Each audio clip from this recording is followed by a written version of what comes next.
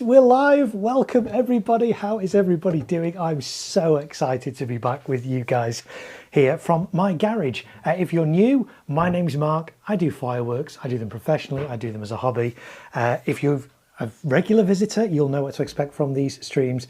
These are a lot of fun. So what are these streams all about? So in a few weeks' time, I'm going to be doing a display, community display over in Liverpool for around, I don't know, 700 people. It seems to get bigger and bigger each year. So what I do on these streams is I've got a lot of prep to do for that display. There's quite a lot of stuff I can do in advance. Some of the stuff I can't do till I'm actually on site on the day, but a lot of it I can do in advance, and that's what we try and do on these streams from my garage. But if you've watched this before, you'll know that these streams go off on all kinds of different tangents, and it's a lot of fun because I never really know what's going to happen. I never get half the stuff done that I want to get done on these streams, but we have a lot of fun. And I appreciate you guys really enjoy these streams. So many of you throughout the year have been commenting on my channel, oh, you're going to be doing the streams again from your garage in late October. Yes, I am. This is the first of many over the next couple of weeks. Then probably not going to be every day because, again, if you've watched these before, you'll know I just talk for the whole time during these streams. And of course, I'm just talking to you guys. There's nobody else here. I'm here in the garage all on my own.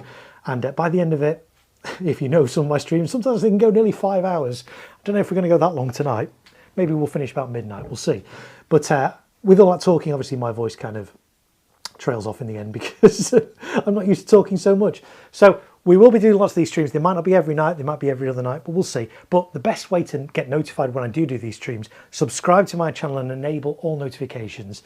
And that way you'll get a reminder half an hour before I go live. And then when I do actually go live, you'll get a notification as well. So a few people in the chat already. We'll say hello to you guys in a minute.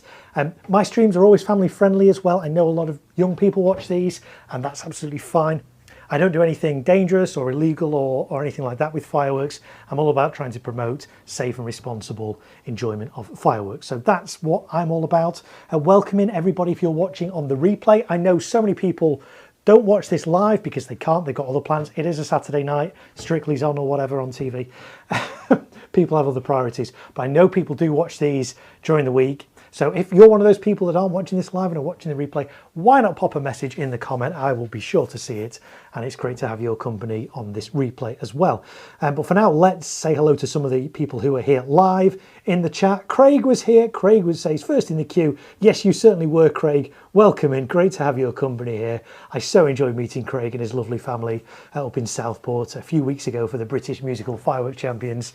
And it's great to see you in the chat this evening as well, Craig. So welcome into you and the rest of the family if they're watching as well. Fireworks UK is here saying hello. Hello, Fireworks UK. Mark Guitar is here. Hello, Mark, one of my regulars. Hey all, I'm here for bits and pieces of time this evening. Hey, that's fine. Dip in and dip out. I don't expect anybody to stick with me for the whole 4-hour stream or however long it's going to be. I know some of you do, and that's amazing if you're in it for the long haul like me. Some of you guys just have this on in the background and just listen rather than watch. Some of you I know do prep, your own prep for your November displays whilst you've got this on in the background, either live or on a replay. So welcome in everybody. Jimmy ZNJ says, yay for Marko and fireworks. Thank you so much. Fireworks UK says, I've got £50 left. What should I get? Well, there's lots of good stuff. If you've been following my channel this year, there's been so many good products coming out this year that I really like. The video I put out last night, actually it was this morning, wasn't it? Was it this morning? Yes, I filmed them last night. The new Vulcan candle bundles, absolutely amazing, absolutely stunning. You'd be able to get a couple of those for £50. They're like £25 each. So you could get those, or for £50 you could get 5 of the golden shower fountains, the new fountains from Celtic, which are amazing, and 5 of those along the front of your display would look epic. Yes, I have got some of those in this display. We'll get onto those in a bit. So that's probably those have been my 2 favourite things this year. The vivid single shots and the vivid slices, if you can get hold of them, they are good as well. We might talk about those later, we'll see. Craig says, I'm sat watching you from the garage, Mark, painting timber prior to making some supports for signage at my school display. Brilliant. I love the fact that you guys, some of you are just sitting and enjoying this and watching this on your big screen TV at home as an evening's entertainment, and you're very welcome. Others have it on in the background to say when they're working and prepping for their own firework displays, and it's great that we can all do this together. Fireworks UK says, I'll look into it. Thanks, Marco. You are very welcome. Craig says, pleasure is all mine. Hope the rest of the family are well. Yes, we are all good. Thank you very much. Although my daughter was off sick from school the other day, there's a bit of a bug going round. They had a big cinema night, a film night on Wednesday, and of course 200 odd kids packed into the school hall, and one of them has it, and then, you know, within a day or two everybody's got it. So she wasn't great yesterday, but she's doing much better today. So thank you very much. We've got 11 people watching at the moment. Sorry, I don't have that. I've worked out how I can get the chat kind of fairly close to the camera here, but my viewer count and stuff is still down here. So there we go.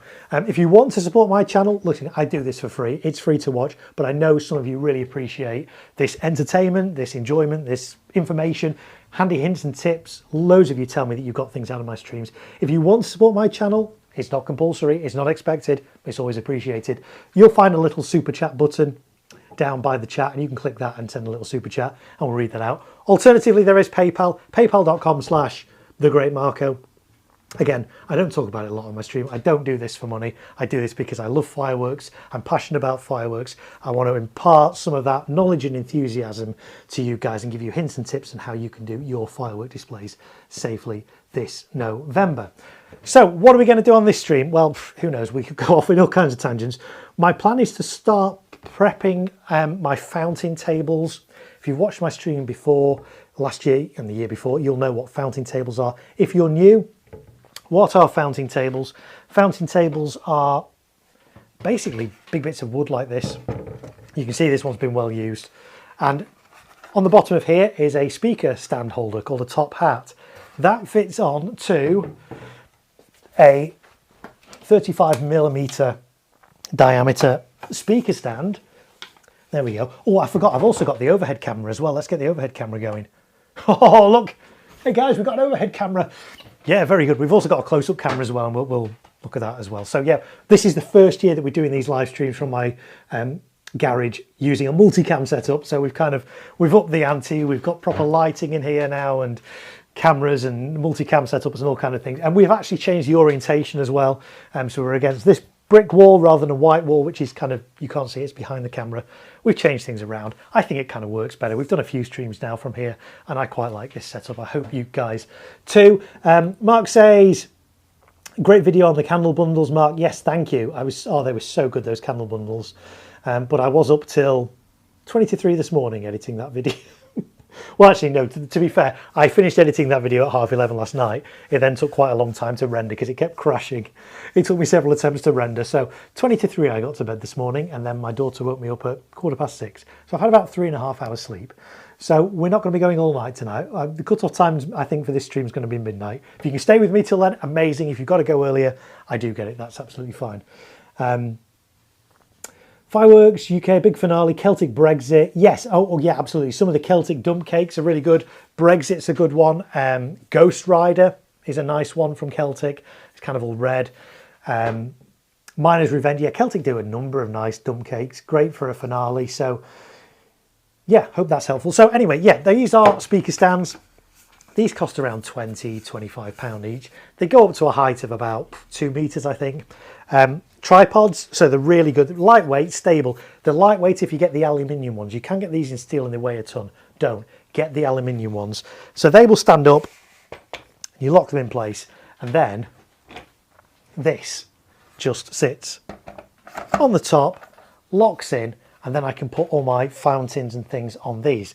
Now on this display, I've done this for the past few years, I'm going to have 5 fountain tables spread out across the width of the display. The display site itself is quite limited in terms of space, so I have to restrict myself to category F2 fireworks. What are the different categories? So basically there's 4 categories of fireworks: F1, F2, F3 and F4. F1 are things like party poppers and the little ice fountains you can get on birthday cakes and things like that. Category F2 are traditionally garden fireworks. They only require a safety distance of about 8 or 15 meters, depending on what the firework says. Category F3 are traditionally display fireworks. Your spectators need to be at least 25 meters away. And then category F4 are ones that only professionals can use safely and have access to. So this display is all category F2. But just because you can't do anything category F3, you can still be quite creative just using category F2. So I kind of quite like that restriction. It lets me be a bit more creative. So everything's going to be F2. Thoughts on the foot soldier cake, says RD Fireworks. I haven't seen that. I'm not aware of that. What brand is that? Give me a bit more information. Craig says that's some commitment, Mark, on 3 hours sleep. Yeah, thank you. You know what it's like when you've got a young child, you know, yeah, your days of having lie-ins in the morning just kind of go out of the window. And of course, for those of you who don't know as well, my wife's pregnant. We're expecting our second child at the 1st of December. So that's only, what, 5-6 weeks away now. So yeah, it's busy here. So this is what a fountain table is. I made these a few years ago. In terms of their size, let me get a tape measure and I can give you guys the dimensions.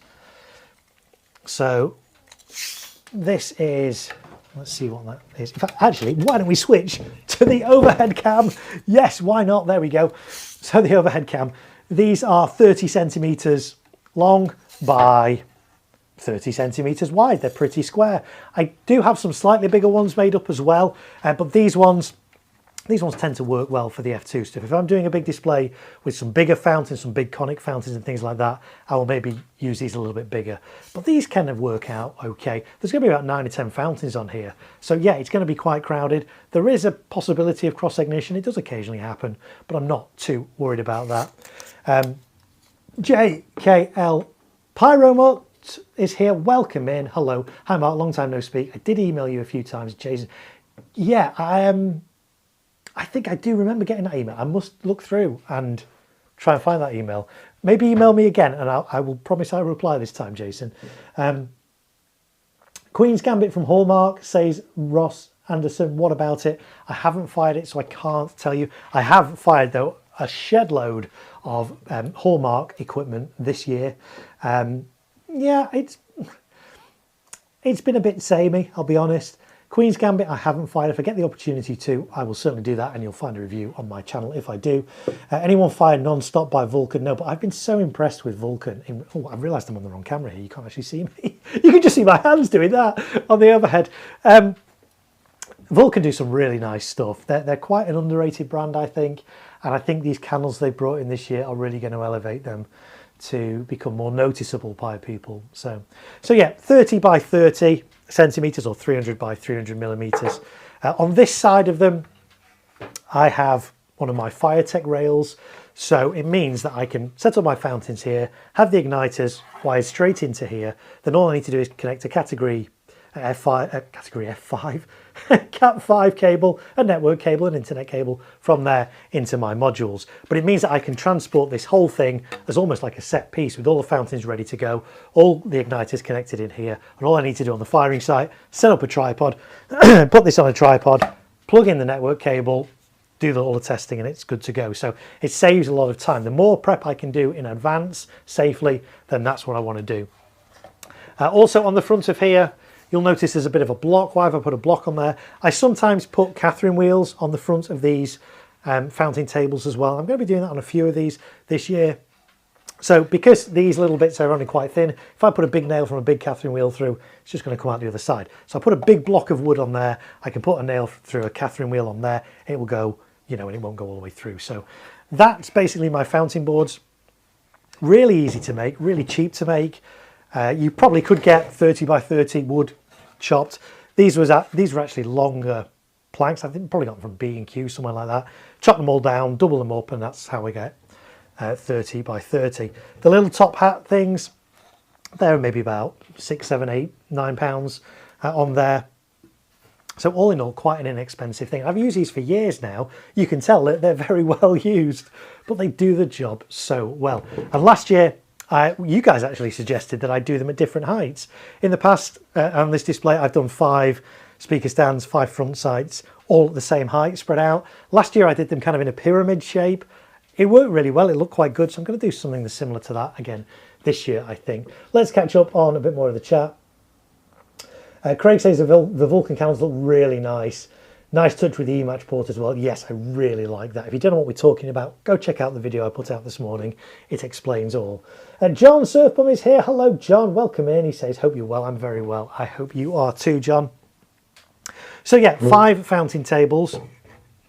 And they're going to go on my 5 speaker stands at varying heights. But we don't need the speaker stand for now. Last year I actually assembled these kind of on the speaker stands because I didn't have this nice table. I say a nice table, it's just a piece of OSB board.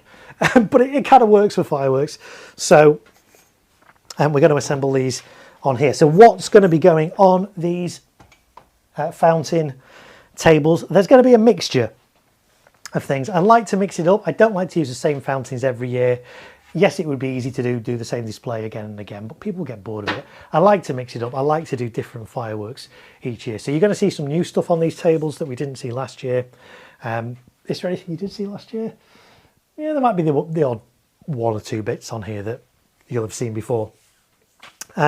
So let's just move that out of the way and let me get some of the fireworks out that we're going to be putting on these tables. So I don't do all 5 tables the same. Some of them will have the same thing on all 5 front sights. Some of them will only have them on sights 1, 2 and 3. Some of them will only have them on 2 and 4 in between. So it's going to be different things on different sights. So I'll tell you what, let's start with sight. Yeah, we will start with sight A. Let's start with sight A. Sight A is going to be on the, let's work out which way that's going to be on my sight. That's going to be on the audience's left side, and that's going to be the front. The way I know, I label these A, B, C, D, E, and he said F, but that would be 6, wouldn't it? A, B, C, D, and E. So I know which board is which. There's also it's also on there as well, so I can see.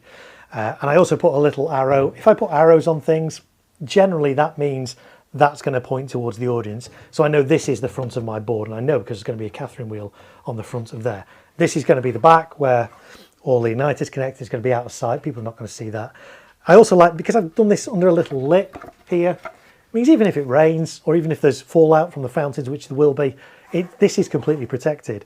Now Firetech do protective covers for their rails anyway. I don't need this here because it's got this little lip. So it's pretty much protected from rain and the debris that comes out of the fountains.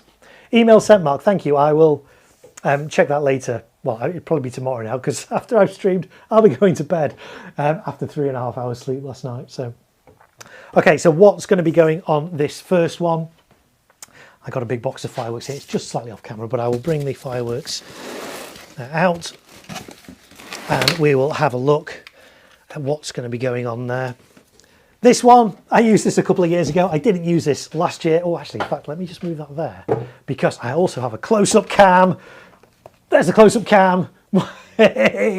So we can see, we can check out fireworks in quite close detail. We can check all the product codes and all the safety information and stuff. So yeah, we're multi-cams tonight, which is cool. Right, let's go back to that one. So popcorn. I used this a couple of years ago. I was really impressed with it. It's a crackling fountain, but the crackle on it is really intense. So last time I did this 3 years ago, I had 5 of these going off together, and that was pretty impressive. This year I'm going to have 3 because I'm going to intersperse them with something else, and we'll come on to that in a bit. But this is Popcorn by Vulcan. I say Vulcan are a brand that I'm really rating at the moment. They're kind of under the radar a little bit, but some of their stuff is really good. So Popcorn.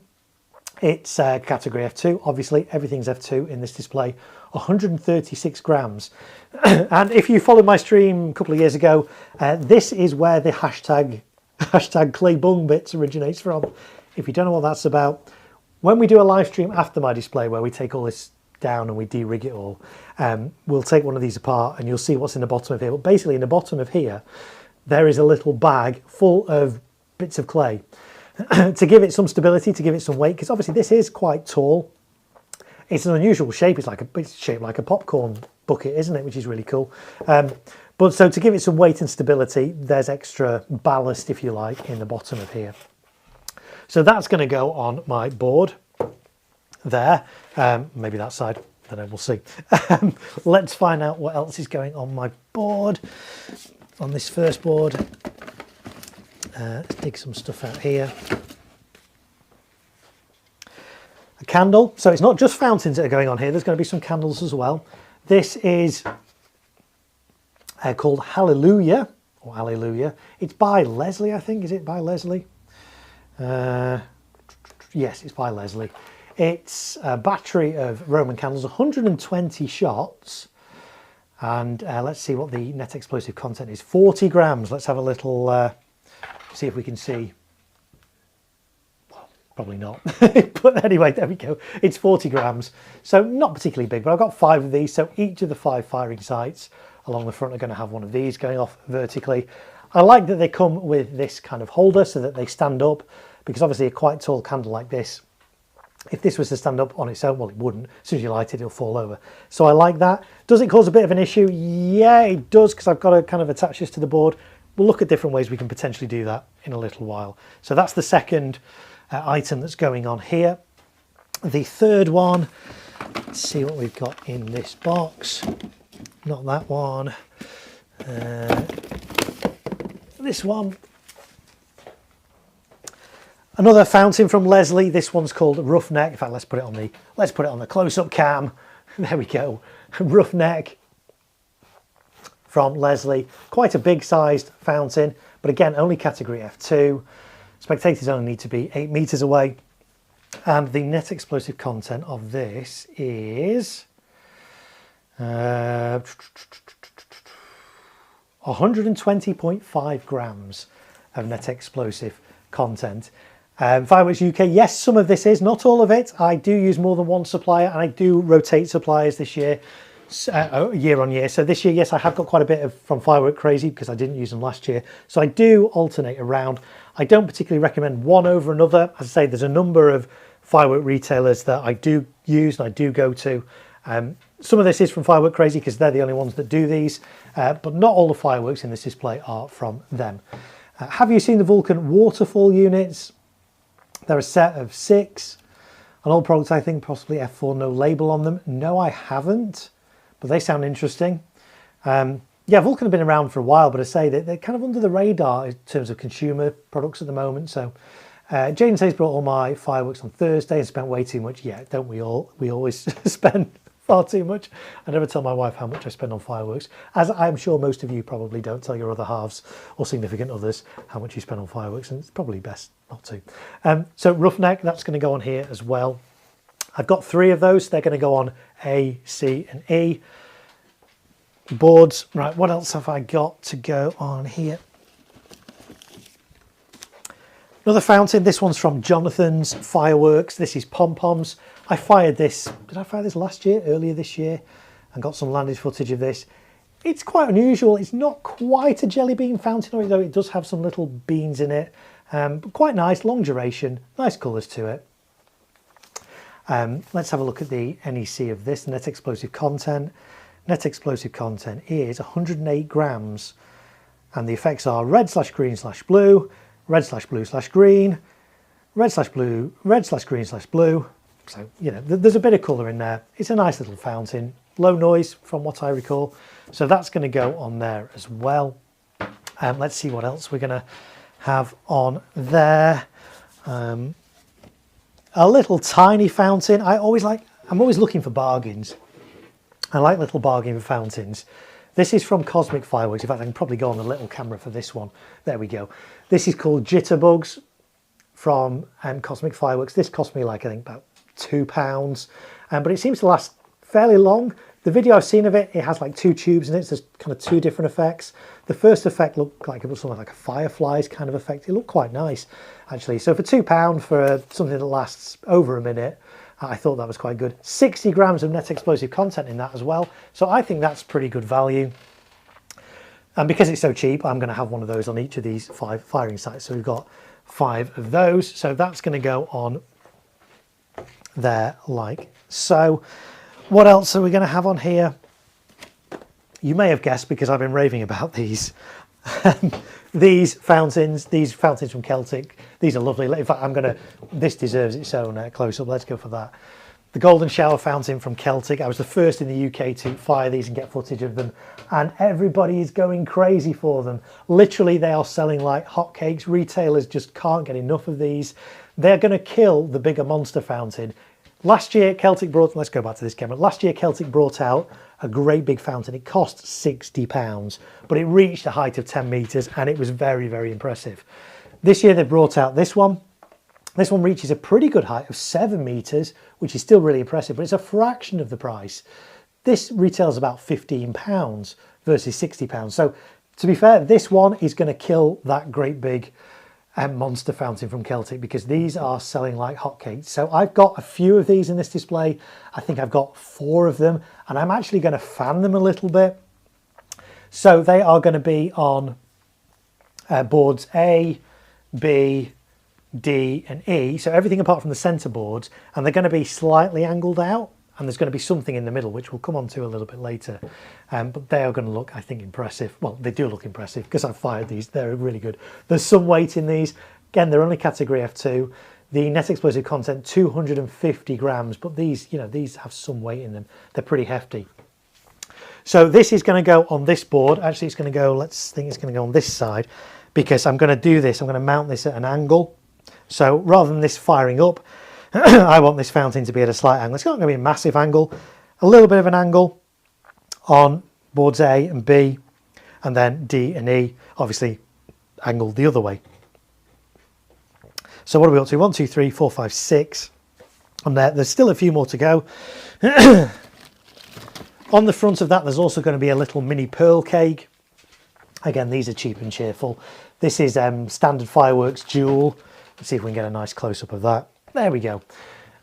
Various different brands do these. This happens to be the standard one. I usually get whatever's going cheap, really. Vulcan do one, in fact. Everybody seems to do one, but this is 128 shot Jewel. It's quite small, the effects. It contains, let's see what the NEC is, 64 grams. You might be able to see there. There it is, 64 grams. Normally, for cakes and things, I would do them on the floor rather than raise them up on a fountain table. But I know from experience that A, these don't achieve a particularly great height, and B, they're not that powerful. So I want to raise these up to get a bit more height on them. So I'm going to get an extra metre, 2 metres in terms of how high they go by raising it up. So for little cakes like that, you can raise them up, it's fine. I wouldn't be raising up big cakes that have big recoils and things like that. There's no point, they go high enough anyway. And of course, something with a big recoil on here, not a great idea.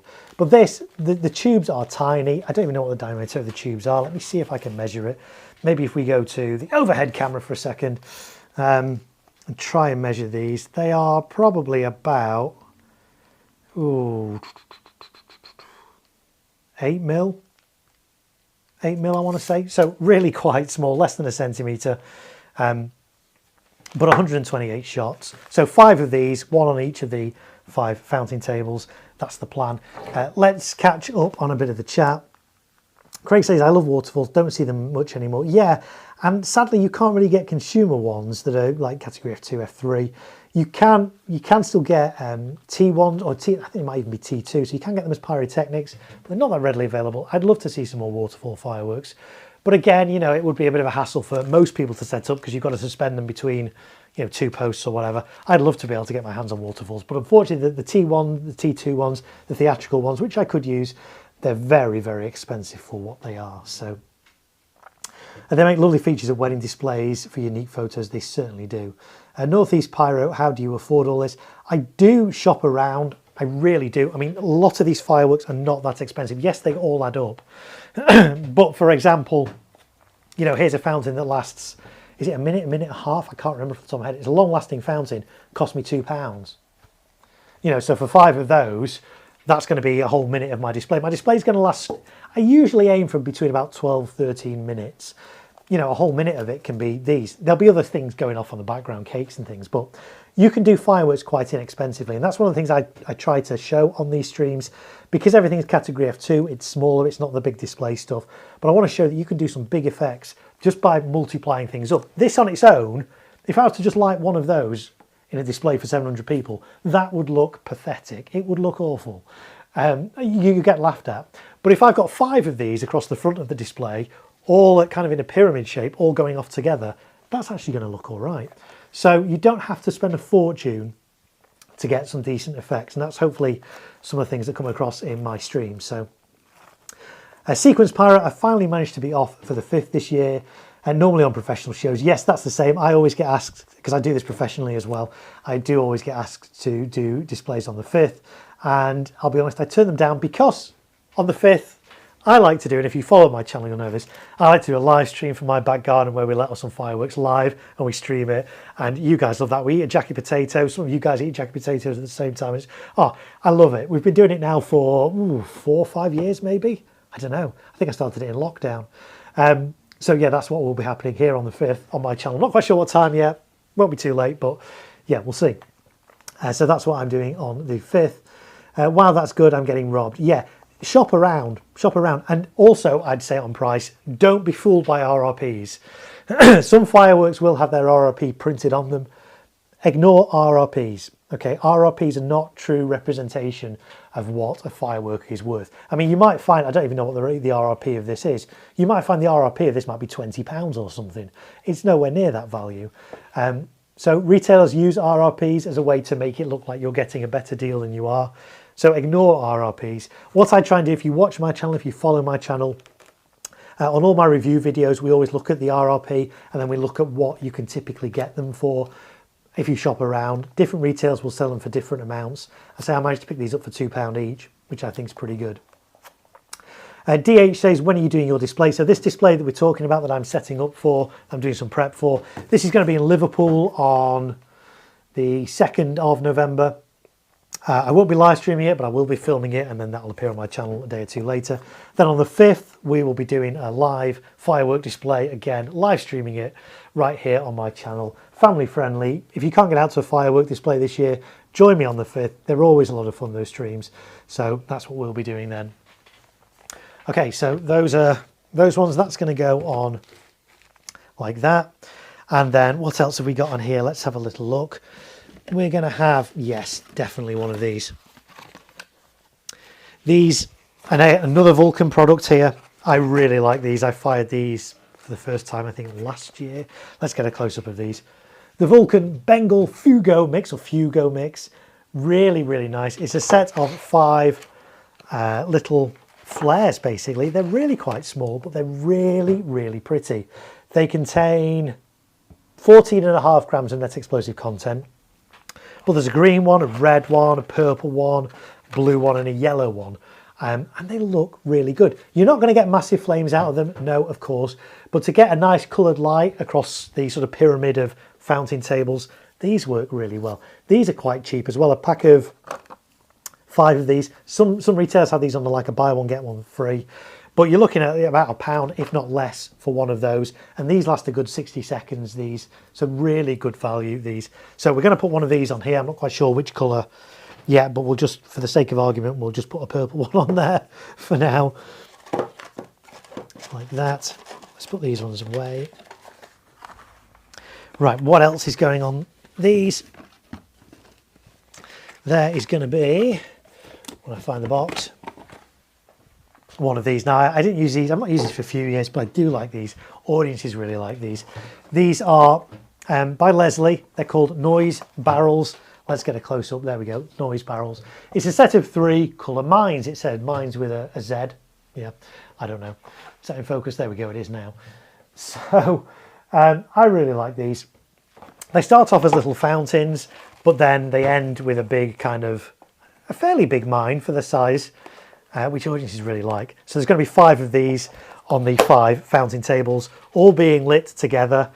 But because of the slight timing variations in these, they're not all going to do their mine lift at the same time. So audiences love these. I know from experience, audiences, you will get some oohs and ahs when these kind of explode into their mine lift effect. So 3 in a pack. I think, are these different colours as well? I can't remember if the fountains on these are different colours. I honestly can't remember, but they've got different coloured tops. So really nice. So we'll put one of these on here. Again, I don't know what colour we're going to go for, but we'll just stick one of those on there. Actually, we had a purple one, so let's do maybe a blue one on there. There we go. So that's 1, 2, 3, 4, 5, 6, 7, 8, 9. There's one more thing to go on there. And that's yes. It's a Yorgi white strobe flare. I haven't used these before. I'm kind of a bit curious about them. Is it a handheld flare? No, because it does say spectators must be at least 8 metres away. But it's a white flare, so it's a flame rather than, it's not a smoke flare, it's a flame flare. So this is going to give a white flame, but it's a white strobe flare. So I'm hoping there's going to be a bit of strobe. So normally I'd put strobes on these fountain tables. I usually use the Yorgi white strobes JS021. They're really, really good, cheap as chips as well. But this year I thought, let's try something a little bit different. So we're going to have a white strobe flare on each. I do also have the green flares, the blue flares and the red flares, but they're just coloured flames. These ones actually, apparently the white ones have strobes in them. Be interesting to see. So we're going to have them on here. They are quite top heavy, I've got to be honest, and they're quite long. And actually, if I put, there's just a paper on the bottom, but if I say, well, let's go to this camera. If I put my tape measure down here, there's approximately 13 centimetres before the actual firework starts. So the firework is only, we need to go back to the other camera, there we go. Firework's only like that long. This bit's all tubing, so it's very, very top heavy. It will easily topple over this. So obviously we're going to support it. So it's interesting. So to me, that makes it sound like they're meant to be handheld because they've got this bit with no firework and the firework's only that bit. But it does say spectators should be 8 metres away. So there we go. So we're going to have one of those on there as well. So that's 1, 2, 3, 4, 5, 6, 7, 8, 9, 10. And then on here, we're going to have a Catherine wheel as well. I've got two different types of Catherine wheels for this display. This one, I've not used this one before. So I like to mix it up and do different things with different wheels, try different ones. There's not a massive variety of wheels, to be honest. And a lot of them are very samey. But on the first board and the final board, so boards A and E, there's going to be the Bright Star. Oh, I should have held it up to my close-up camera so you guys can see. There we go, the Razzmatazz wheel from Bright Star. There we go. I've not fired this before. It looks pretty decent. It's got let's go on the camera here. 1, 2, 3, 4, 5, 6 motors in it, which is pretty decent. Spectators must be at least 8 metres away. 36 grams of net explosive content in this, and it's described as red, green, yellow, silver, titanium, and crackling. Comes with a nail, which is always useful. Occasionally you get these wheels and they don't come with a nail and you've got to source a nail from somewhere, but that's going to be going on the front of here as well. So that's going to be going on there, and that's my first board. I think what we'll do one more board because the next board is going to be a little bit different. A, C and E are going to be quite similar, but B and D are going to be a little bit different. So we'll find board B. Here we go. Here's board B. Here's one I prepared earlier. We'll set this one up here. There we go. Now let's catch up on a little bit of chat because I realised I've been neglecting it a little bit. 3D printer guy is here. Hello, welcome in, 3D printer guy. Great to have you back here on one of my streams. He says, hi all, hope everyone is well. Another year of lives. Yes, there's going to be a number of these over the next couple of weeks. So buckle up, people. Am I using any single shots T1 this year? Am I using any single shots this year? I don't think I am actually. I have used single shots in the past. I have been a little bit tempted by the Vivid ones, which have they been recalled? Haven't they been recalled? There's a bit of a grey area on that. We'll maybe talk about it later. But no single shots, I don't think. Oh, actually, yeah, well, yes, there are going to be some single shots.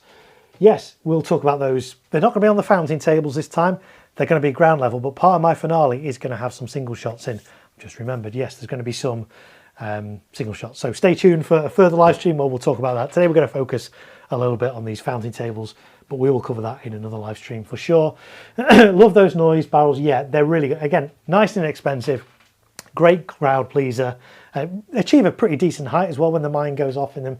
So I do like those. Bulletproof Mum is here. Hello, welcome back, Bulletproof Mum. Nice to have your company here this evening. Thanks so much for being here. I hope you are well this Saturday evening. Okay, so fountain table. We're doing fountain tables, by the way, Bulletproof Mum. You've probably guessed. We've just gone through this one. Different things from last year. I think the only thing that's the same last year on these is the little Bengal Fugo flare, because I really like them. Really cheap. I bought loads of boxes of them because they're so good. So that's going on. Everything else, though, on this board is different. Board B. Right, what's going on board B? Let's have a look in my box. So board B is going to have another one of these Alleluia fountains. So all 5 boards are going to have those on. So we'll put that there. That's going to go kind of central at the back. We're then going to have slightly different fountain on this one. This is Yorgi. This is another brand that I really like, Yorgi. This is the Luna fountain. Let's get a nice close-up of that. There's Luna. Oh, upside down. There we go. Let's get it the right way for you guys. Luna. It contains three fountains, basically 3 tubes. So you can see it says 3 effects. There we go, 18mm tubes. So a long duration fountain. I do like using long duration fountains on smaller displays. They're a great way to pad out displays. You do have to be careful though, because sometimes long running fountains can get a bit boring. The audience can get a bit tedious of them if they last 2-3 minutes or whatever. So I always do these with other things going off in the background. So you'll see if you watch my previous displays, I've just noticed you can't actually see me now because that's in the way. Let's move that there. There we go. That's a bit better. Yeah, I try to have layers in my display, so I'll have things going off on the fountain tables whilst aerial stuff's going off behind it. So yeah, that's the Luna fountain from Yorgi. I fired some of their big fountains before, never actually fired this one. So I'm excited to see that. So that's going to go on there as well. And then we're going to have, let's have a think. Let's get these boards the right way around actually, because A is going to be this side of my display. So let's just move this over here, and then I can work out where everything's going to go. So A is going to be over there, with that on there. B is going to be over here, like that. Okay. And that's the Catherine wheel for A there. Okay, so that's going to be like that. That's going to be like that. Yep, and then, and what else have we got on here? We've got a Leslie fountain. This one's got some weight in it. This is called Special Force. Let's see if we can get a close-up. Oh, I realise I've kind of obstructed my my ability to get to my close-up camera now. There we go. Special Force. Special Force. Effect height 3 to 5 meters, so pretty decent height. 38-second duration, very precise there. 250 grams, which is pretty big, and 46-inch caliber. Wow. So again, I've not fired this one myself before, but it looks really impressive.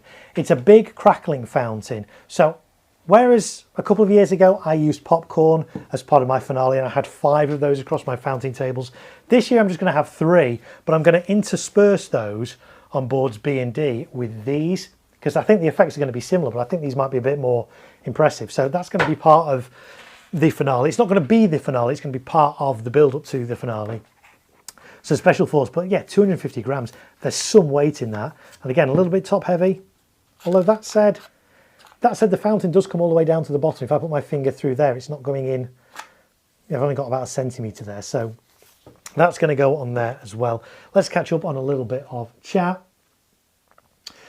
3D printer guy says, must admit I have some Vivid ones, just following the instructions, common sense. Yes. So the Vivid single shots and the Vivid slices were new for this year. Consumer slices, consumer single shots, very, very exciting. I was so pleased with them. I was the first in the UK to fire them and film them and get the footage out, and they are beautiful. They are absolutely gorgeous. They're lovely. But I did notice that there are some errors on the safety labeling of them, which is not the first time that's happened on Vivid products. It actually happens quite a lot, and I'm usually the one to notice it. And so as a result, Vivid said, right, fine, we're not going to sell them. And it caused a lot of trouble. I got quite a lot of backlash from quite a lot of people in the industry, mainly retailers. I'm not going to name them, but a lot of retailers were very unhappy that I put out that video and pointed out that the safety information was wrong because it meant they couldn't sell them anymore. So Vivid said, yeah, they're not going to be on sale.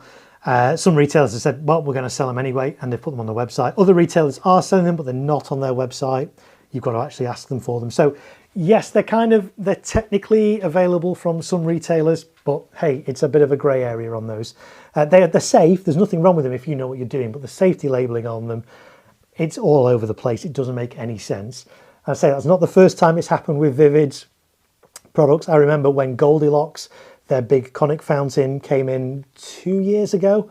I was the first to be able to fire that and film that, and there were safety labeling issues on that, which actually meant that they had to temporarily withdraw those from sales, Vivid had to issue new labels, safety labels to stick over the existing label, and then they were allowed to be sold. But I guess Vivid don't want to do that with the single shots because they're relatively inexpensive and there's so many of them. To issue new labels for those would not be cost effective for them, and I get that. But some retailers are still selling them regardless, even though Vivid have said they're not for sale. So there you go. But they are really nice. Bulletproof Mum, I hope I can make a few more of these, working much longer hours these days and no phone at work at all. Oh, I'm sorry to hear that, Bulletproof Mum. But hey, the good thing about these streams is you can always watch the replay. They're available for years to come. In fact, after this one's finished, you can go back and watch last year's or the year before's and relive the magic, I was going to say. Are these magic? I don't know. But yeah, even if you can't watch them live, I do appreciate you being here though, watching it live. It's great to have your company here, Bulletproof Mum. Thank you. One of the first people as well to send a little PayPal to me, so I never forget that. So thank you so much for that, Bulletproof Mum. I appreciate that. 3D printer guy, but with someone who doesn't know a thing about e-matches, it's concerning. I think you're talking about the Vivid single shots. Yes, absolutely. And that's why I think the way some retailers are doing it is right, where they're not listing them on their website for public sale. But if you are a customer of that retailer and you're known to them and they know, that you know what you're doing, they will sell them to you. I think it's a little bit irresponsible of retailers that are putting them available on their website for the public to just go out and buy, because you do need specialist knowledge. They are T1. You do need to e-match them. There's no visco fuse on them. So I think it's a little bit irresponsible. Again, I'm not going to name retailers, but the retailers that have them on their website, I think really, in hindsight, probably not a great idea. Sell them by all means if you want to, but sell them to customers that you know. Don't publicly, make them available to just anyone to buy, because they are a specialist item. So that's my view anyway. 3D printer guy, for the sake of safety though, I agree with you. If you don't know what you're doing, the instructions are confusing. Yeah, the instructions just don't make any sense. They're not even in English, half of them. The letters missing and it doesn't make any sense. What do you think of the Clash of Titans? Again, I've only seen footage of it. I haven't actually seen it myself, says Anjanim. I will pronounce that completely wrong, so apologies for that. I'm rubbish at names. Can you rate my stash? Yeah, if you post what you've got, we'll go through it. Clash of Titans Barrage, it looks good. I know it's been very popular. I think it's even won awards previously on the UK Firework Awards, which I host. Rebellion 200 shot, not fired it. Titanium Crusade 100 shot. Reaper rockets, yeah, I fired the Reapers, they're okay. Stratosphere rockets, yeah, they're good. Skyfall 50 shots, don't think I fired that. Dumb Bum, well, yeah, Dumb Bums, I mean, Dumb Bums are quite difficult to come by now because they're not really being imported. Well, they're not being imported anymore into the UK, so supplies of Dumb Bums are kind of dwindling. Dumb Bums, for those of you who don't know, are very loud fireworks. There is a legal limit on how loud fireworks can be in the UK, and it's 120 decibels at 15 metres, for those of you who are geeky and interested. But they come close to that limit, and there was some concern that maybe some of the Dumb Bum products perhaps went fractionally over. We've never actually confirmed, but I think the importer just said, actually, it's too much hassle. We're just not going to import them anymore. So there are still some Dumb Bum products around, but they're fast becoming, readily unavailable. I did use the Dumb Bum triple shot in my gender reveal display in my back garden, which I did, but when did I do that? A month or so back. So that, yeah, they're loud. And the Funky 36 finale cake, I mean, funky stuff is great. I say that, I've never actually personally fired any, but I do have a little bit of funky product in this display this year for the first time, which I'm very excited about. Funky stuff, yeah, it looks really good. There's only a few select retailers that are stocking it at the moment, so it's not that readily available. I hope that will change in future years and it will become more accessible to people, because it does look fantastic stuff. But at the moment, the retailers that sell it do like to keep quite a tight control on who that is supplied to, shall we say. That's my order. What do you think? Yeah, I think there's some good things in there. I mean, finale for sure is going to be good, yeah. 3D printer guy, I've got full on by Celtic this year, nice 30mm tubes with bright colour changing effects. Yes, and that's one of the things, I've not got any 30mm tubes in this display. If you're here at the start, or if you've watched my streams before, space is quite limited where I do this display, so I can only do F2 products. That said, there are F2 products that have 30mm tubes, which I think are a little bit too big for this display site. So I do limit myself mainly to 20mm tubes. There might be the odd 25mm tube cake in this display, but I intentionally don't use anything f2 with 30mm tubes just because I just don't have the space. I don't feel comfortable doing it in this particular show. But yeah, generally the bigger the tube size, the bigger the effect. 3D Printer Guy says I had a Dum Bum cake last year and was underwhelmed, but I think my expectations were too high. Interesting. Which one was that, out of interest? Because there are lots of different Dum Bum ones, and like the Dum Bum minis and stuff are not kind of as big as the big Dum Bums. I think as well the Dum Bums were watered down in the last couple of years that they were imported. I do think they were watered down a little bit to try and make them a little bit more compliant, and it just got so complicated that they just decided they're not going to import them anymore. So I think the original Dum Bums were louder than the later Dum Bums. But there we go. So those are the three fountains in the back. So one of them is the same as this one. These are the two different. What else is going on this one? Let's have a little look. We're going to have, I love this one.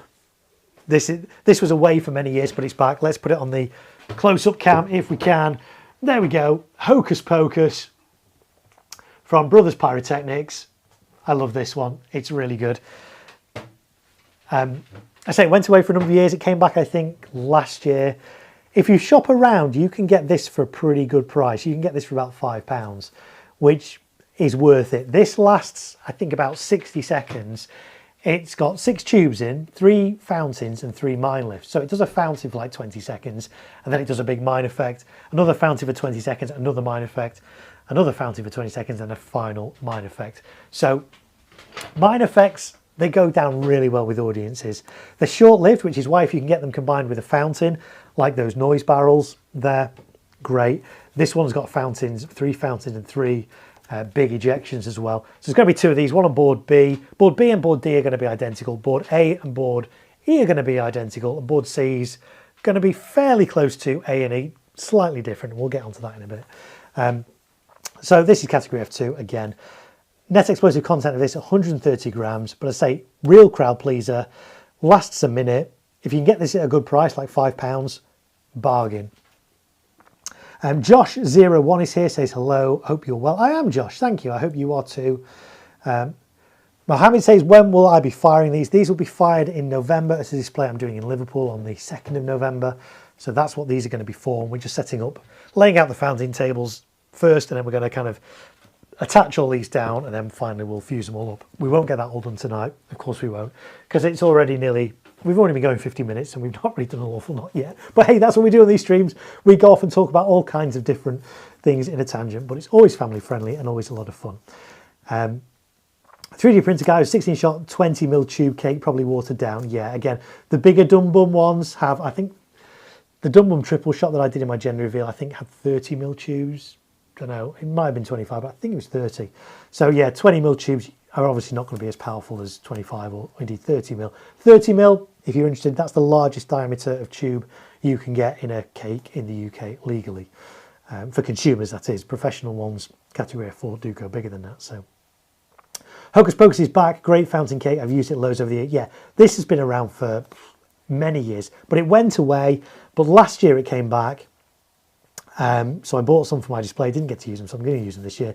But if you shop around is what I'll say for these, because you can get these, sometimes you get these like £7.50, £10, £12, but if you shop around you can get these as low as £5, and that's a bargain.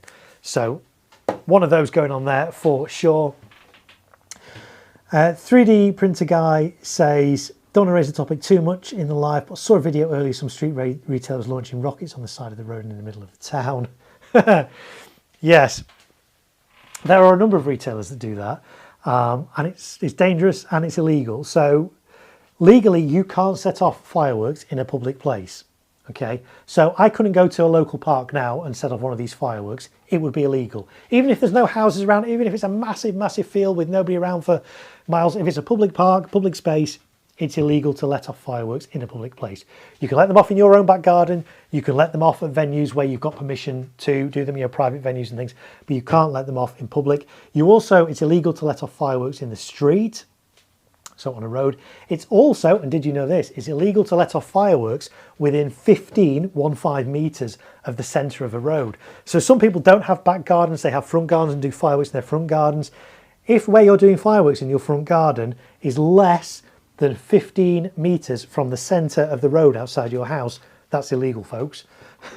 Not that anybody polices that, but that's the law, just so you know. Not everybody does know that, but there we go. But yes, I've seen retailers put out footage of fireworks being let off in parks, on the side of the pavement, outside their shops, and yeah, all kinds of stuff. And it's just, no, I won't use those retailers if I can possibly help it. Oh yes, I know the one you mean. I think that video is down now. Good, says Bulletproof Mum. Yes. So Luke Powell, hello Luke, just joined. He says, talking about product recalls, you're not the only one to upset retailers. I also upset them when I raised concerns about the new strobe rockets. Yeah, so okay, let's strobe rockets. So Pyroworks were the first to bring in strobe rockets. If you've not seen strobe rockets, search my channel for strobe rockets. I was honoured to be able to be the first in the UK to fire some strobe rockets earlier this year. The Pyroworks Masters of the Air. They were brilliant rockets. They performed flawlessly. They were really good. I was so excited about them. I've never seen anything like them, never heard anything like them. Absolutely amazing. Pyroworks did actually bring them in last year, and there were some concerns raised that perhaps they don't perform as they should. So Pyroworks didn't sell them last year. They held off from them. They did a load of testing, a load of checks, got the okay to put them on sale this year. So I got some earlier in the year sent to me for me to film and fire, and I did that and they performed absolutely flawlessly. Since then, some other brands have brought them in. Bright Star have brought them in. Who else brought them in? It's escaped me. There's been about 4 different brands all bringing them in this year. And Gemstone, I think, might have been one of them. And most of them, from what I understand, most of them have fired absolutely fine without issue. There's been 1 or 2 that haven't performed and have failed. And some people have got some footage of those. It's very difficult to tell from the footage which brand it is. It's very easy to film a strobe rocket because, let's be honest, all these strobe rockets, they're all made in the same factory. They're all identical, pretty much. If you see a video of a strobe rocket going up, you have no idea if it's a Pyroworks one or a Bright Star one or a Gemstone one or whatever. You don't know. You can't tell from the video. So anyway, so long and short of it is, there's been a couple that have failed for people. There's been a small handful of people that have been very vocal, even before this year, about these particular rockets and kicked up a bit of a fuss. And as a precaution, retailers have withdrawn them. So they've not been told you mustn't sell them. Retailers have voluntarily recalled them. Some may do further testing on them, big batch testing. Others may just abandon them completely. I don't really know what's going to happen to all that stock. But yeah, if you think the firework industry is lovely and friendly and nice, it's not. There are factions, there are people, there are retailers, and how can I say this? There are retailers that if a particular importer won't supply them, they will go out of their way to say negative things about that brand and try and... I'm not going to say too much about it because I don't want to name names, but there is an element of that in the strobe rocket scenario. There are certain retailers that wanted to get their hands on strobe rockets, weren't allowed to have access to strobe rockets, and so kicked up a bit of a fuss. So as far as I'm concerned, I've fired those. Now, admittedly, I've only fired 2. If I fired 100, 1,000, would a few fail? Yeah, probably, but you're going to get that with all rockets. I have actually, a couple of weeks ago, filmed some landed footage of some brand new rockets for this year. I won't tell you the brand and I won't tell you the rockets because they didn't perform correctly. They broke really low. Some of them ascended and were actually falling before they broke, and broke very close to the ground. I've intentionally not put the footage of those out for that yet. I've raised that with the brand, and the brand we're going to do some further testing. So to say it's just strobe rockets that have issues, all fireworks will have issues. If you fire enough of them, you're going to get failures. But the failures we've seen from those strobe rockets, yeah, some of them have been, not great. So there we go. It's a precaution. I get it. I'm privileged that I've been able to see them with my own eyes and film them and fire them.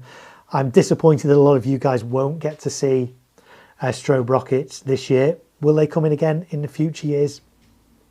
I don't know. We'll see. But yeah, I am sad that they're not going to be available. But, you know, with fireworks, you've always got to err on the side of caution. And if there's a question over the safety of something, it's better to be safe than sorry. So, yeah, that's my take on the strobe rockets. Let's have a look. 3D printer guy, yeah, I think many people reported it or they removed it. Good job, regardless. So, yes, I think there are still some retailers, though, that are selling it, even though they've been asked not to sell those strobe rockets. So, even though they're not officially available for sale, I'm sure some retailers who are less reputable will still be selling those. So, there we go. Alan is here. Alan Malone says hi. Hello. Welcome, Alan. Thanks for being here. Appreciate your company. We've got 17 of you watching now. For those of you just joining, my name's Mark. I'm in the UK. I do fireworks. I do them professionally. I do them as a hobby. What we're doing on these live streams over the next couple of weeks, live from my garage, we're doing some prep for an upcoming display I've got in Liverpool at the start of November. I'm doing as much prep as we can do safely off-site beforehand. Obviously, some prep we can't do till the day, but the more I can do in advance, the easier it is for me on the day.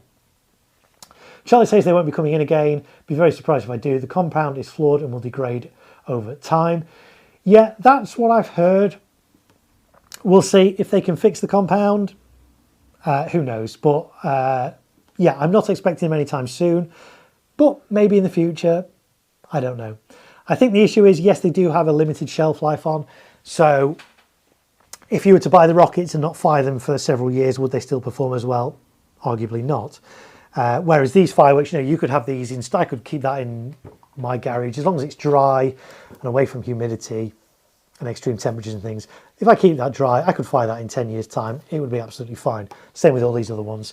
There is a question over those rockets. What I would really like to do, and I did say this in my review video, those Pyroworks ones, because they performed flawlessly. They were actually the most straight, vertically firing rockets I've ever fired, genuinely. I would love to have had another pack of those, keep them for a few years and fire them again from that same batch and see if they still perform. I think that'd be an interesting test to do. I might even have a word with Pyroworks and see if potentially I can maybe do that in a few years' time and just film them. Obviously, we'll keep safety distances, we'll take loads of precautions. We'll film them and just see, have they degraded or, you know, will they last for a few years? So we'll see. Oh, it's Alan from, okay, I know who you are now, Alan. Welcome, thank you so much. Great to have your company here. It's Alan from Anfield Fireworks, good to catch you live. I'm still in work. Yes, how's the shop coming along, Alan? I hope it's all up and running now. For those of you who don't know, Anfield Fireworks in Liverpool, run by Cal, and Alan assists as well.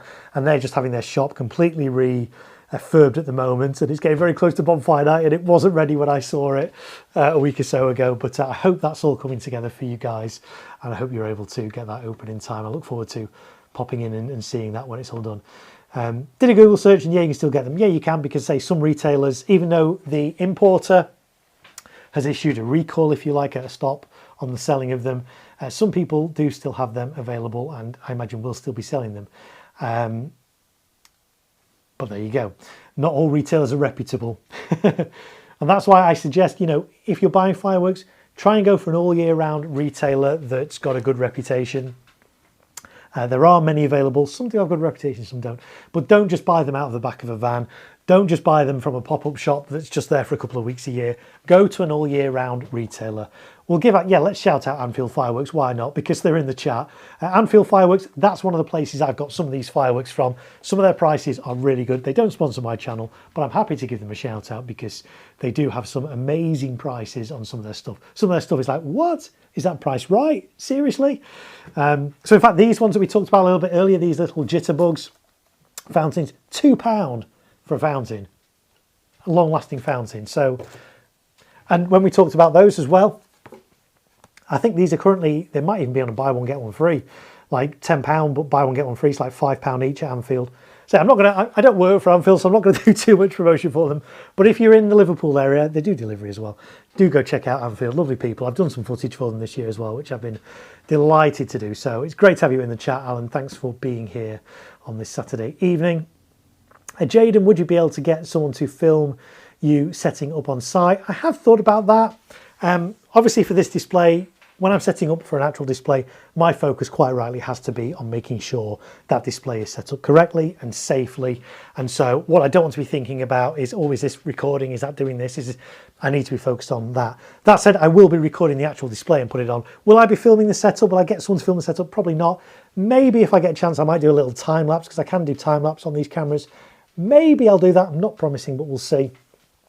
Yeah, there we go. So, nearly finished. It looks good, brilliant. I'm looking forward to coming back, Alan, and seeing that shop all done, because it's expanded. For those of you who've been to Anfield Fireworks before, it was a tiny little corridor of a shop. It's massively expanded. It's really exciting. I'm looking forward to seeing that. Craig says, shout out to Anfield Fireworks. Some of the products and prices are crazy. Just wish you were closer. Thanks, Mark. We aim to please, says Alan. Yeah, absolutely. I've been very happy with the fireworks I've had from Anfield. So I say some of these on here, I'm sure you'll recognise, Alan, as being from you. So there we go. The £3 Firestorm candles were unbelievable. Yes, that's where I got those from. If you've been watching my streams last year, and did I do them the year before as well? The diamond candles. We talked about different brands of fireworks. Is there such a thing as a bad brand of fireworks or a good brand of fireworks? And I made a claim a couple of years ago on one of these streams that there's no such thing as a bad firework. And I thought, I've said that now, I'm going to have to put my money where my mouth is. So I went out and I bought these diamond 140 shot candles, Firestorm candles, to see if they would hold up against, you know, some better Yorgi candles and things like that. And actually, I was quite surprised with them. So I used them last year, I used them the year before. So I'm going to give those a little bit of a break this year. So I don't want to do the same fireworks year after year. The audience will get bored. I like to mix it up a bit. But I'm sure those Firestorm, I've still got some in stock here. So they will make an appearance in future years for sure, because they're really impressive, even though they're diamond. So there we go. Bulletproof Mum says, Mark, what happened to the Manchester display in the end last year in store? You said, can't remember, is it just Liverpool this year? Yes. So those of you who followed last year, I was prepping for 2 displays, one in Liverpool, one in Manchester. I'd got the okay for the one in Manchester, which was going to be the first time we were doing it. The one in Liverpool I've done for 8-9 years now. The one in Manchester was going to be the first one. Last year it was really close to my house. It would have been great because there's not many community displays in this area. Really great. I was doing it for a charity. It was going to be at a football club. They'd apparently got all the permissions and all that, given me the go-ahead. So I went out and bought all the fireworks for that. Prepped it, planned the show. You will have seen on my streams last year, we set up the fountain tables for those. We prepped the cakes. We did all those kind of things. And then literally, I think about 3 or 4 days before it was meant to happen, I got a phone call saying, actually, the council have said, no, you can't do it. So even though it was a football club that was privately owned, they rented the land from Manchester City Council. So they weren't sure if they had to get permission. They didn't think they did. So the football club were fully up for doing it. And I say the charity I was doing it for, they were fully up for it. We got insurance in place. Everything was sorted, stewarding, first aid, everything was sorted. It was all good to go. And then the council turned round. Actually, in fact, no, the council didn't say no. Last year, it was the football club, in fact, 3 or 4 days before, said, actually, I don't know if we need council permission. We need to check. So we're going to have to put a hold on it. And I'd bought all the stuff, so I wasn't best pleased. But they said, OK, well, you know, we'll get things in place. We'll make sure it's sorted for this year. And they'll start looking at it in the new year, in January. So every month since January, since the start of the new year, I've been going back to the charity and saying, any further on this, any further on this. There was a change in management at the football club, so that kind of slowed things down and delayed things. And any movement on this, back and forth with the council. We've not got an answer from the council yet. We've approached the council. We don't know this, that and the other. I finally found out at the end of September, so only a few weeks ago, no, the council said no. I don't know any more than that. I don't know why, but the council said no, which is really frustrating because I've got all these fireworks for display, which I've been storing for a year in multiple locations, so I don't go over storage limits and all those kind of things. And that display is not happening, which I'm gutted about because I would have loved to have done a community display for my local community. But that's not going to happen. So instead, I'm repurposing some of those fireworks for my Liverpool display. I can't repurpose them all for that because doing a display in a football club, I could use bigger fireworks. I still limited myself actually to category F2 just for the sake of it, but I did have some 30mm cakes and things in there. I say I'm not comfortable using 30mm cakes for this display in Liverpool because space is so tight. But a lot of the fountains and things I can reuse. So some of these, like for example, these popcorn ones, I bought these to use in my Manchester display last year. Not used them in there, so I'm going to use some of them. I bought 5 last year. I was going to have 5 because I hadn't done that finale before in Manchester. I did it in Liverpool where I had 5 of these going off together and the crackle was immense. So I'm going to reuse some of those this year. What else am I reusing? There's quite a few cakes and things I'm reusing as well. So I'm going to, over the next few years, I will be able to reuse a lot of that in my Liverpool display. Not all of it though. The rest will just get used probably New Year's Eve in my back garden where we live stream, and that's probably going to be what happens there. Alan says, Craig, we deliver. Yes, Anfield Fireworks do deliver. I think that's nationwide delivery as well, if I'm not mistaken. So yeah, do check out Anfield Fireworks. They've just had a new website as well. It's one of the retailers that I do use, and I'm happy for people to know that I use them. So there we go. Bulletproof Mum says, we had a similar situation with Scouts. Privately organised event each year, but the Hutton Field was leased from the council. Some people changed jobs and we weren't allowed anymore. Yeah, it's a shame. It's a real shame. There are some councils now that are just, ever since COVID seems to be like a nice convenient excuse. Yeah, obviously we couldn't do firework displays during COVID, probably, I get all that. But all the big council ones, because in Manchester there's usually a big one in Heaton Park, North Manchester, big one in Wythenshawe Park in South Manchester, big council run displays. They stopped during the pandemic, and ever since they've never restarted because the council are like, oh, we want to use the funds for other community things. And yeah, it's a shame. So there's not as many community firework displays now as there used to be. And I say I don't quite understand it, because the argument was always, go to an organised display. It's safer than doing fireworks in your back garden. But there's not that many organised displays to go to now, so more and more people are doing them in their back garden. So hey, go figure. There we go. Yeah, Craig says hashtag Jobsworth. Yeah, I say I don't know why the council said no. I've just been said council says no. I don't know why, but there we go. So yeah, just the Liverpool display this year, but I'm okay with that. I'm gutted the Manchester one isn't happening, but they did try and look for alternative venues, but at this late stage, it's just like, guys, I need to know. I need a definite yes, it's going ahead, because I can't just, I think some people think that you can just pull these firework displays together out of thin air and put them together with like a day's notice. We are 3 weeks out from this display that I'm doing. Just under 3 weeks, maybe. Might be 3 weeks tomorrow. And you can see there's been months of prep that have gone into this. I started designing this show in July, I think, is when I first started looking at what fireworks are available, what new stuff's coming in this year, what stuff did I want. Started to make a bit of a shopping list. I do it on Excel, big long shopping list. It gets edited down because I put everything on this. It's like a wish list. Everything I want this year. I then have to sort of value engineer it down to, what's realistic. But I start this process in like June. By August, I'm starting to buy fireworks. August, September. I have all my fireworks now for this. Well, I say all of them. If you saw my video this morning, I put out those Vulcan candles, and one of those Vulcan candles is F2. So I'm kind of a little bit tempted to maybe put it in this display. I haven't budgeted for it, but I do have a Hummer cake in this display, which I could swap out for that. We'll see. I'm in two minds. We'll see over the course of these live streams. We'll see what happens. Maybe if I get enough super chats, maybe that will cover the cost of that candle and I'll get it. I don't know. We'll see. But yeah, lots of planning goes into this before I even start these live streams. So there we go. Yeah, Craig says can't, but also doesn't say we can. So bottle it for the... Yeah, that's true. Yeah, may approach the council again for next year. Get an official stance on it. Yeah, as I say, I've been pushing for an answer from the council, since January. It only came through literally about 2-3 weeks ago. So it's like, well, okay, I've not got time to sort of argue it or find out the ins and outs of why not. Let's write it off for this year. Let's see if we can, or maybe find an alternative venue or something next year. We did look for some alternative venues, or rather the client did. They looked at a primary school that they had contacts with. The primary school said no, but again, it's short notice. There was a cricket club nearby. The cricket club said no because they're near to a chemical works. Okay, fine, fair enough. They did approach a pub with a very large garden. So it would have been a little bit restrictive, but similar to what I can do in Liverpool, I guess, because that's quite a restrictive site. I don't know if they ever got an answer from that. And the charity, and I also said, well, can you not just do it in our car park? And this is the charity's car park. And the charity is based on an industrial estate. I'm not going to name them. There's no point. But they're on an industrial estate. So they're within 50 metres of an operational railway. There's other bit, it's a no-go, basically. So There we go. We all need to chip in and get our own field we can use, says 3D Printer Guy. Yes, we do. I mean, I love doing displays. It'd be great if we could do a community display at some point. Maybe one year. I mean, you know, as my channel grows, maybe it's something that in the future, because I think how many followers are there now? Over 2,000. Maybe when we reach 5,000 or 10,000, maybe there's enough people to get together and, you know, I put on a display somewhere. But I don't know. We'll see. There's lots of red tape and stuff involved in that. We shall see.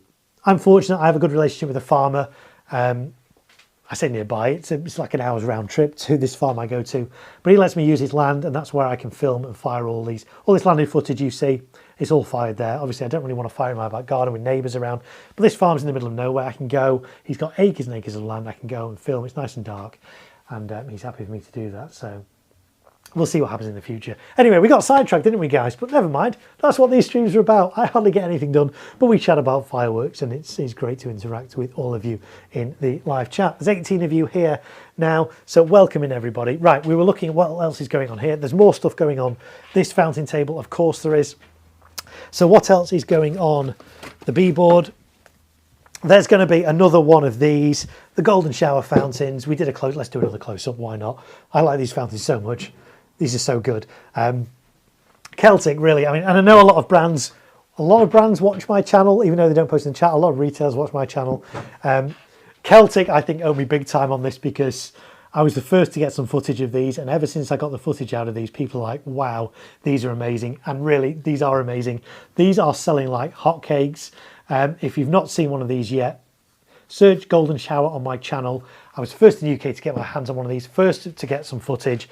These are incredible. They're only category F2, but they reach a height of 7 meters. The duration, they last a minute. Lovely gold fountain, but the height of them is incredible. 250 grams net explosive content. Spectators only need to be 8 meters away. So last year, Celtic brought in a big fountain called the Monster Fountain. I think it's called Golden Geyser for this year. It was originally called CF0129 or something like that. Category F3. That lasts 60 seconds. That goes to a height of 10 meters, so 3 meters higher than this. But that was category F3, so spectators need to be at least 25 meters away from that. And that would cost £60. Yes, you heard that right, £60 for a fountain. People bought it last year because it was immense. But now this is available. This is like £15. Reaches almost as high, 7 meters as opposed to 10. But your audience can be a lot closer. So it's going to look, this at 8 meters is going to look a lot more impressive than the Golden Geyser at 25 meters for sure. And you know, this is a lot better value for money. So this is one of the best fountains you can get for the money at the moment from Celtic Fireworks, new for this year, called Golden Shower. So one of my recommendations, get yourself a few of these. I've got 4 in my display. So on board A, which is going to be on the far left as the audience look at it, there's one here, and I'm going to angle that out slightly. There's going to be one on this board as well. I'm going to angle this one out slightly as well. So they're going to go off. They're not going to go off, they're going to stay fixed. But the fountain itself is going to go off at a slight angle. It's not going to be a big angle, just a little bit. So on the left side, there's going to be 2 going off. On that side, on the right side, there's going to be 2 going off. In the middle, by board C, there's going to be something slightly different, but going off at the same time. And I'll show you what that is. Just have to get it because it's over here behind the camera. I'm sure we'll cover this a little bit more on one of the other streams, live streams that I do when we look at these.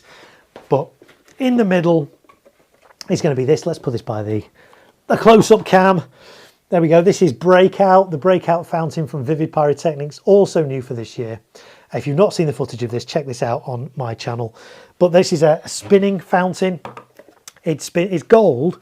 It spins. It opens up. It looks lovely. So obviously this isn't going to go on a fountain board.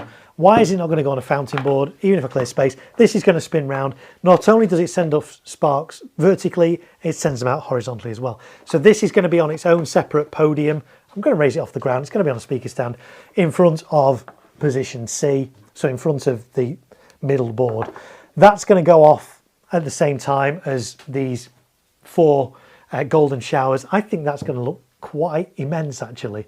So do I visualize all this? I mean, you can get computer software that will visualize fireworks. It's very expensive, so I don't have it. I visualize how I think this is going to look in my head, and I think that in the center, raised up quite high, with 2 of these on this side going off that way, 2 on the other side going off that way, is going to be a lovely, like, 1-minute gold section. So It's one of the little bits in this display I'm quite looking forward to. There's a few little bits I'm like, oh yeah, that's going to be good. And I think this is going to be one of them. So that's the breakout fountain from Vivid. Lovely spinning fountain. There's a few spinning fountains available now. TNT had a spintacular fountain for many years. Never actually fired it, but I've got to fire the Vivid one, so I know how it performs. I've seen it with my own eyes, so I can put that in my display.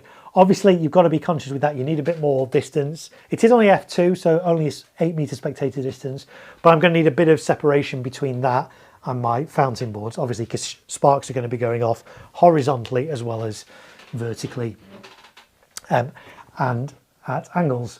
3D printer guy, yes. Yeah, Celtic do come up with some obscure names for their fountains, but again, it's family friendly, so, you know, yeah, we'll leave it at that. There we go. R. Johns is here. Richard, hello. He says, hi, Marko. Hi, Richard. Nice to see you. I hope you and Donna and everybody are doing well over there in Florida. Nice to have your company here on this Saturday afternoon for you, isn't it, I guess now? Is it Saturday evening? No, still Saturday afternoon for you guys. There we go. 3D printer guy says, same here, to be honest. Luckily, my dad knows a farmer. We can launch model rockets, plenty of room. It's nice not worrying about noise. Yes. That said, when I did fire, because I did fire the big pyro overdose crate from Hallmark Fireworks this year, as well as the punch bag. So you know, there was about an hour and a half, 2 hours of non-stop fireworks going off. There were some neighbours that weren't happy about that, where the farmer was, but the farmer himself was fine with it. But yeah, I don't think I'll be firing that amount of fireworks again in one go, because that was a lot. And there we go. Making a couple of those erratic fountains. Oh, erratic fountains, Celtic fountains. Sorry, the chat is very small on this screen over here. Might get some of those Celtic fountains for stock. But Goldilocks this year. Yeah, Goldilocks is a lovely fountain. I've used Goldilocks before. Again, I was the first in the UK to film that, which I'm privileged of. That's a lovely gold fountain. It's a conic fountain, a little bit taller, but it's got some lovely blues in it. That's a really nice fountain as well. I tend not to use big conic fountains, even though it's category F2 on displays like this, only because I'm quite close to the audience. I can get 15 meters, but that's about it. Even though the Goldilocks fountain is F2, so you technically could, conic fountains, when they explode, and they don't explode often, but when conic fountains go wrong, they go with a bang. Generally, fountains like these, tubular fountains, when they malfunction, like they tend not to malfunction, but when they do, they don't go with quite as big a bang as conic fountains. And big conic fountains, if one of those Goldilocks was to go boom, you know, that's going to be, it would still be safe because I'm still within the 8 meter safety distance, but I'd rather not take that risk. So I'm happy using small conic fountain. If actually, do you know what? I don't think I'm using any conic fountains this year.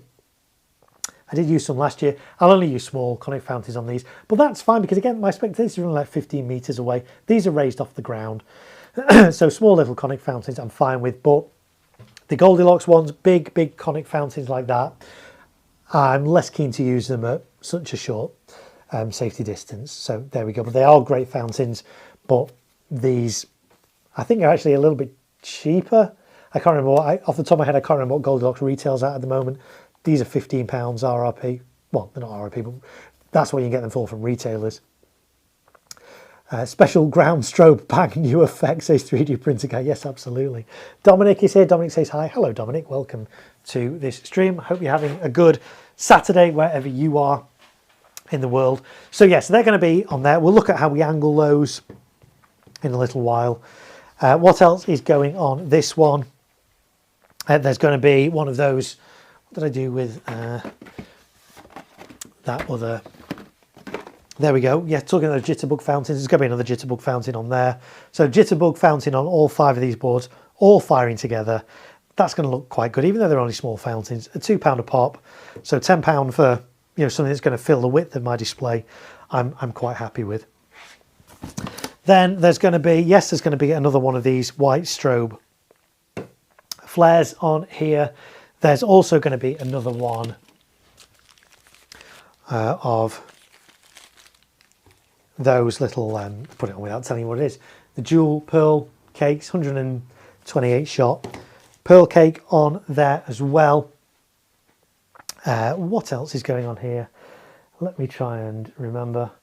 Oh, I'll tell you what, I did miss something. I missed something off board A. I missed one fountain off board A. Just let me see, I want 12, there should be 12, 1, 2, 3, 4, 5, 6, 7, 8, 9, 10, 11, 12. I missed this off, this is going on board A, board C and board E.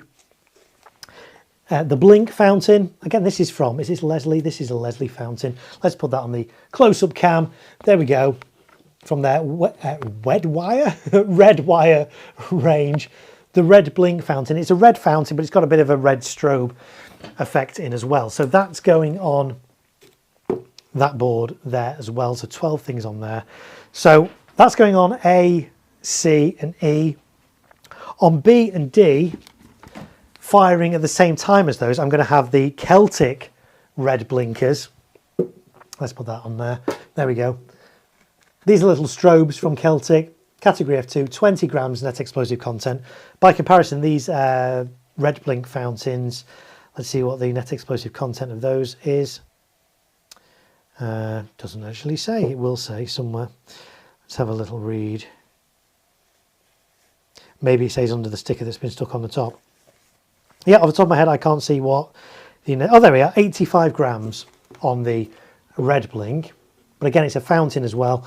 These ones are technically classed as a fountain. In fact, you can see it says fountain on there. Category F2, 20 grams. But it's basically a strobe, a red strobe. So on alternate boards, is going to be the red blink fountain followed by a red blinker. Firing together, so kind of like a row of red, but rather than them all being the same, rather than doing 5 strobes, which in the past is what I've done, I'll do 5 strobes all the way along. I thought I'd mix it up, do 2 strobes, and then in between those, these red blink fountains. So there's going to be a blinker, a red blinker on there. Are the Celtic blinkers any good? Yeah, I mean, they're solid products. I did a review, actually a side-by-side comparison, last year, the year before, of Yorgi strobes, which I swear by, they're so good. One of those against one of Celtic's white blinkers. I don't know why. Celtic only do these in white and red. Why not other colours? I don't know. It'd be nice to see if there's a bigger colour range of these. But I fired their white or silver one, as it's called, against one of the Yorgi ones to see which one's better, which one lasts longer, which one's brighter. And actually, the Yorgi ones performed better than the Celtic ones. And you'll see a side-by-side comparison on my channel if you want to go search that. Please do so. But these are the red ones. So if Yorgi did a red strobe blinker, yeah, I'd absolutely have that. But they don't. So we've got the Celtic ones here. And then also we're going to have another noise barrel on here. So we talked about those before. These little fountains from Leslie. Well, they're fountain and then they go to a mine effect at the end. Audiences love them. The mine effect takes everybody by surprise. So we'll have one of those on there. And then what are we missing on there? We are missing a colour flame. One of the Bengal Fugo Vulcan little flares. I really like these. These are cheap as chips, but they last a minute. Available in a pack of 5 different colours. And the colours are pretty decent on them. So we'll stick one on there. This should be, I think, 11. 1, 2, 3, 4, 5, 6, 7, 8, 9, 10. 11 items on there. That's right. There's not going to be a Catherine wheel on the front of that one. I don't think. I may add one in. We'll see. I haven't quite decided yet. I've got one spare channel, basically. My rails that I use on the back of these, you weren't here at the start. On the back of these fountain boards, I have a 16-channel Firetech rail. My firing system I'm using for this is Firetech. So I can basically have 16 things off one rail, 16 different individual cues. You can put multiple fireworks into the same cue and they'll all fire together. But I want to be able to fire all these products individually. So here I need 12 cues. This one I need 11. The last 4 on these are going to go out to some ground stuff. We'll maybe talk about that in another stream. So I need to keep the last 4 channels free. So I've only really got 12 channels available, which is more than enough. 12 channels on here. So I'm only using 11. So I do have a spare channel on here. So I may add something else in. We'll see. Will I add another wheel on, a slightly different wheel? I don't know. I do have some really small, cheap as chips wheels I might put on, or I might just leave it as 3 wheels. There's basically going to be 2 of these Razzmatazz ones. The one in the middle is going to be a carousel wheel, which I haven't used for a couple of years. It's an award-winning wheel. We'll talk about it in a bit when we get onto the middle board. In fact, no, let's talk about it now while we talk about wheels. This is the carousel wheel from Zeus. This has been around a number of years. Yes, it's... Oh, it doesn't. My camera's too tall for... There we go. Carousel. It's a square Catherine wheel. What's that all about? Catherine wheels are usually round, aren't they? Or hexagonal. This is a square one. made by Zeus. This has won awards in the UK Firework Awards many years. So this is going to be on the centre one. This is going to be on the C plinth fountain table, and then the razzmatazz ones on the outer ones. So I don't think I necessarily need something on B and D, but I've got that spare channel. I might put in something, we shall see. Might put in a Catherine wheel or something on here. I don't know. We'll see. Maybe you guys will decide for me. You guys have had input in my displays in the past. If you've watched my channel for a while, sometimes I'm like, well, should I do that? Should I do that? Not sure. Let's put it to a vote. We put it in the vote, and you guys in the chat decide. So there we go. Let's catch up on a bit of chat. I think we have Spintacular in stock. Yeah, I've never actually fired Spintacular. It would be interesting to compare it with a Breakout and see how it compares. But I've fired Breakout myself, so I know exactly how that performs, and so that's why I'm going to use that one. Well, Spintacular has been around from TNT for quite a few years. It might have even been, I'm going to stick my neck out and say that was the first spinning fountain that was available to consumers. I think it probably was. But now there's a few. I think Bright Star have got one in this year, but Vivid certainly have as well. So there we go. Someone setting off fireworks. I think someone is setting off fireworks. Yes, because we're now past the 15th of October when anyone can sell fireworks pretty much. So supermarkets and things can sell fireworks. You do tend to find that the evenings you do get more fireworks. It's been fairly quiet here over the past few nights.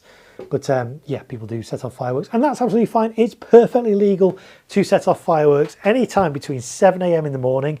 Why would you want to set off fireworks 7 a.m? I wouldn't. All the way up until 11 o'clock at night. Anything after 11 o'clock at night is illegal unless it's bonfire night, when you can do it up till midnight. Or if it's New Year's Eve, when you can do it up till 1 a.m. There's a couple of other dates as well. I think Diwali, which is coming up this weekend in the next few days. Chinese New Year as well. There's a few exceptions, but generally, if it's like tonight, if there's fireworks going off after 11 p.m, that's illegal. Not everybody knows that, but there you go. Goldilocks is yes, okay, so Goldilocks is the same price as this right now. Fair enough, yeah. Both are good. I'd have no qualms using each. As I say, the only reason I'm not using Goldilocks in this display is because the audience separation isn't quite what I'd like for a conic fountain of that size, even though technically, yeah, spectators only need to be 18 metres away. Actually, spectators might be 15 metres on the Goldilocks. I can't remember. I do have some Goldilocks. Okay, bear with me, folks. Let's dig out a Goldilocks, if I can access one relatively easily. Let's have a little look. The box is over. Well, I say a little look. You guys can't see me, but you can still hear me because I'm wearing a microphone. Yeah, here we go. Here's Goldilocks. So we've talked about Carousel. Let's move Carousel out of the way. There's Carousel. So yeah, here's Goldilocks. Not in this display this year, but there we are. We can do a little comparison. There's the height comparison of the two. Net explosive content, 250 grams in this. I say only, 200 grams in this. Interesting. So this one does actually have more powder in it. 50 grams extra. Duration-wise, I can't remember how long Goldilocks lasts. Does it last a whole minute? I can't remember. It's been a while since I fired one of these. I don't think it actually says on it. Both impressive, but this one's got more powder. This one, yeah, you see, this spectators must be. Let's show it on the close-up cam. There we go. Spectators must be at least 15 meters away on that one, whereas this one, let's see if I can show you. Yeah, there we go. So spectators must be at least 8 meters away on that one. So yes, I have just about got 15 meters. Well, I have got 15 meters to my audience line on this. But say if a conic fountain goes wrong and goes bang, it goes bang with a big bang. So I feel a lot more comfortable using cylindrical fountains than I do with big conic fountains on a display like this. That's where space is quite premium. 3D printer guy with the first hashtag of the stream. Hashtag close-up cam. Yes, there we go. We should have that. I need to have a little overlay in the bottom corner of that screen, don't I? Saying hashtag close-up cam. I do like hashtags on this stream. We come up with all kinds of hashtags. If you're regular in my streams for a number of years, you'll know that we have a hashtag for the bits inside here. Hashtag claybung bits. It won't make any sense if you don't know what I'm talking about. But if you stick with me, then on one of these live streams we do after my display, where we kind of take all this apart and talk about how it went and things, we'll look at inside this, and the hashtag clay bung bits will all become clear. I think £10 for it earlier in the year. Yeah, prices do fluctuate on things over the course of the year. So shop around and you can find some good prices out there. Only a small contribution this year, I'm afraid, but I really... Oh, I completely missed that, Bulletproof Mum. Thank you. I've only just seen that. Thank you so much, Bulletproof Mum, with the first super chat of the stream and of the season. Thank you so much. £5 from Bulletproof Mum saying, only a small contribution this year, I'm afraid, but I really do enjoy these streams. Thank you. Listen, thank you so much. That's totally unexpected, but I appreciate that more than you could possibly know. Thank you so much.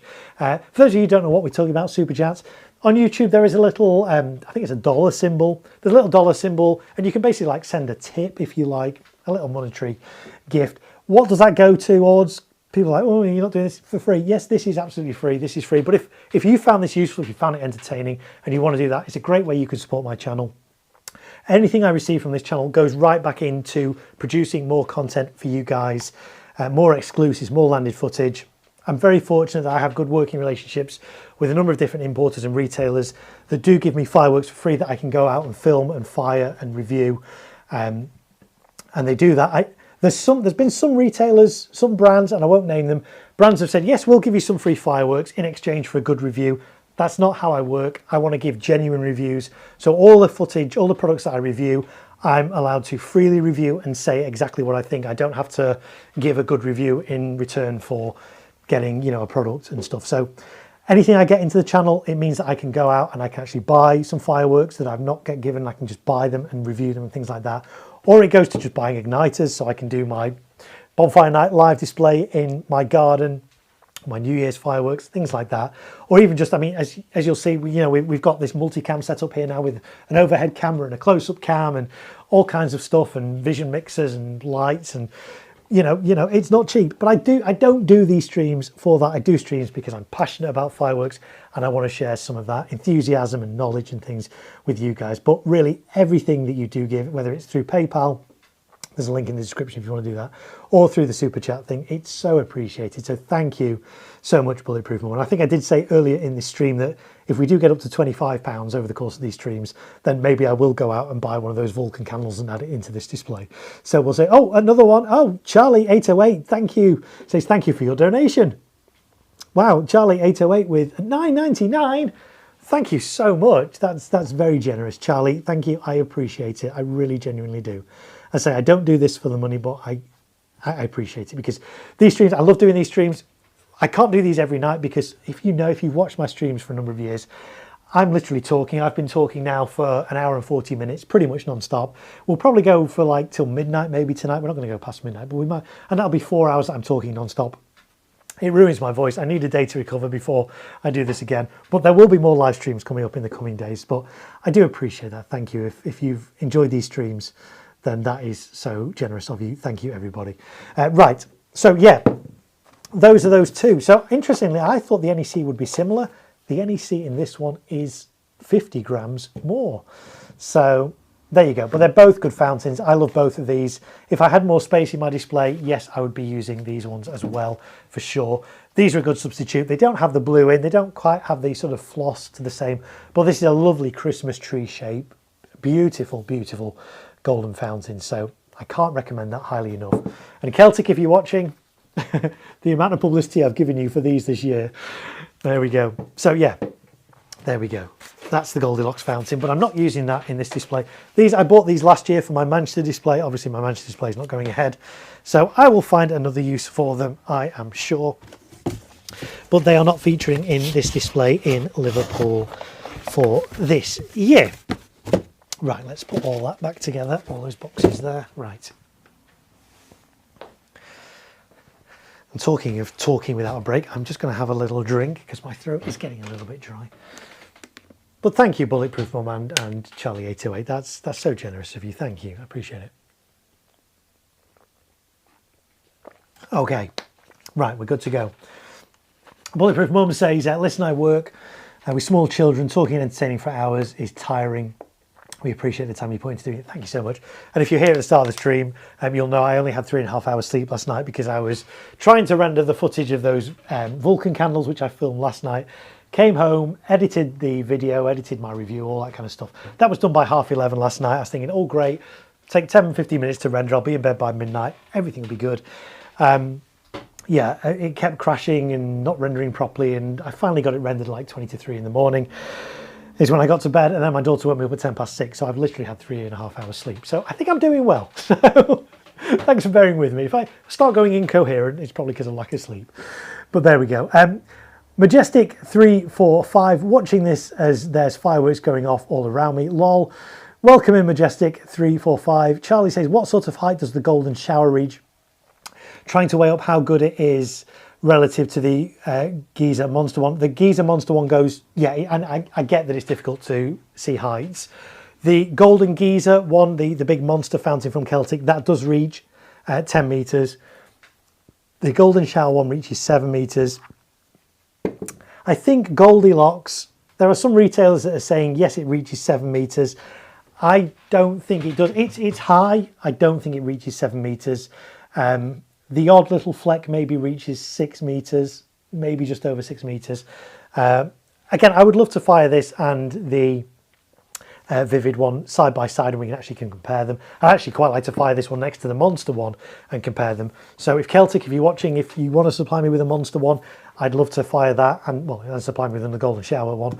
I'll fire those together and we'll compare the two. But yeah, I don't think the Golden Shower one, it reaches a good height, but I think this one's going to reach a bit taller.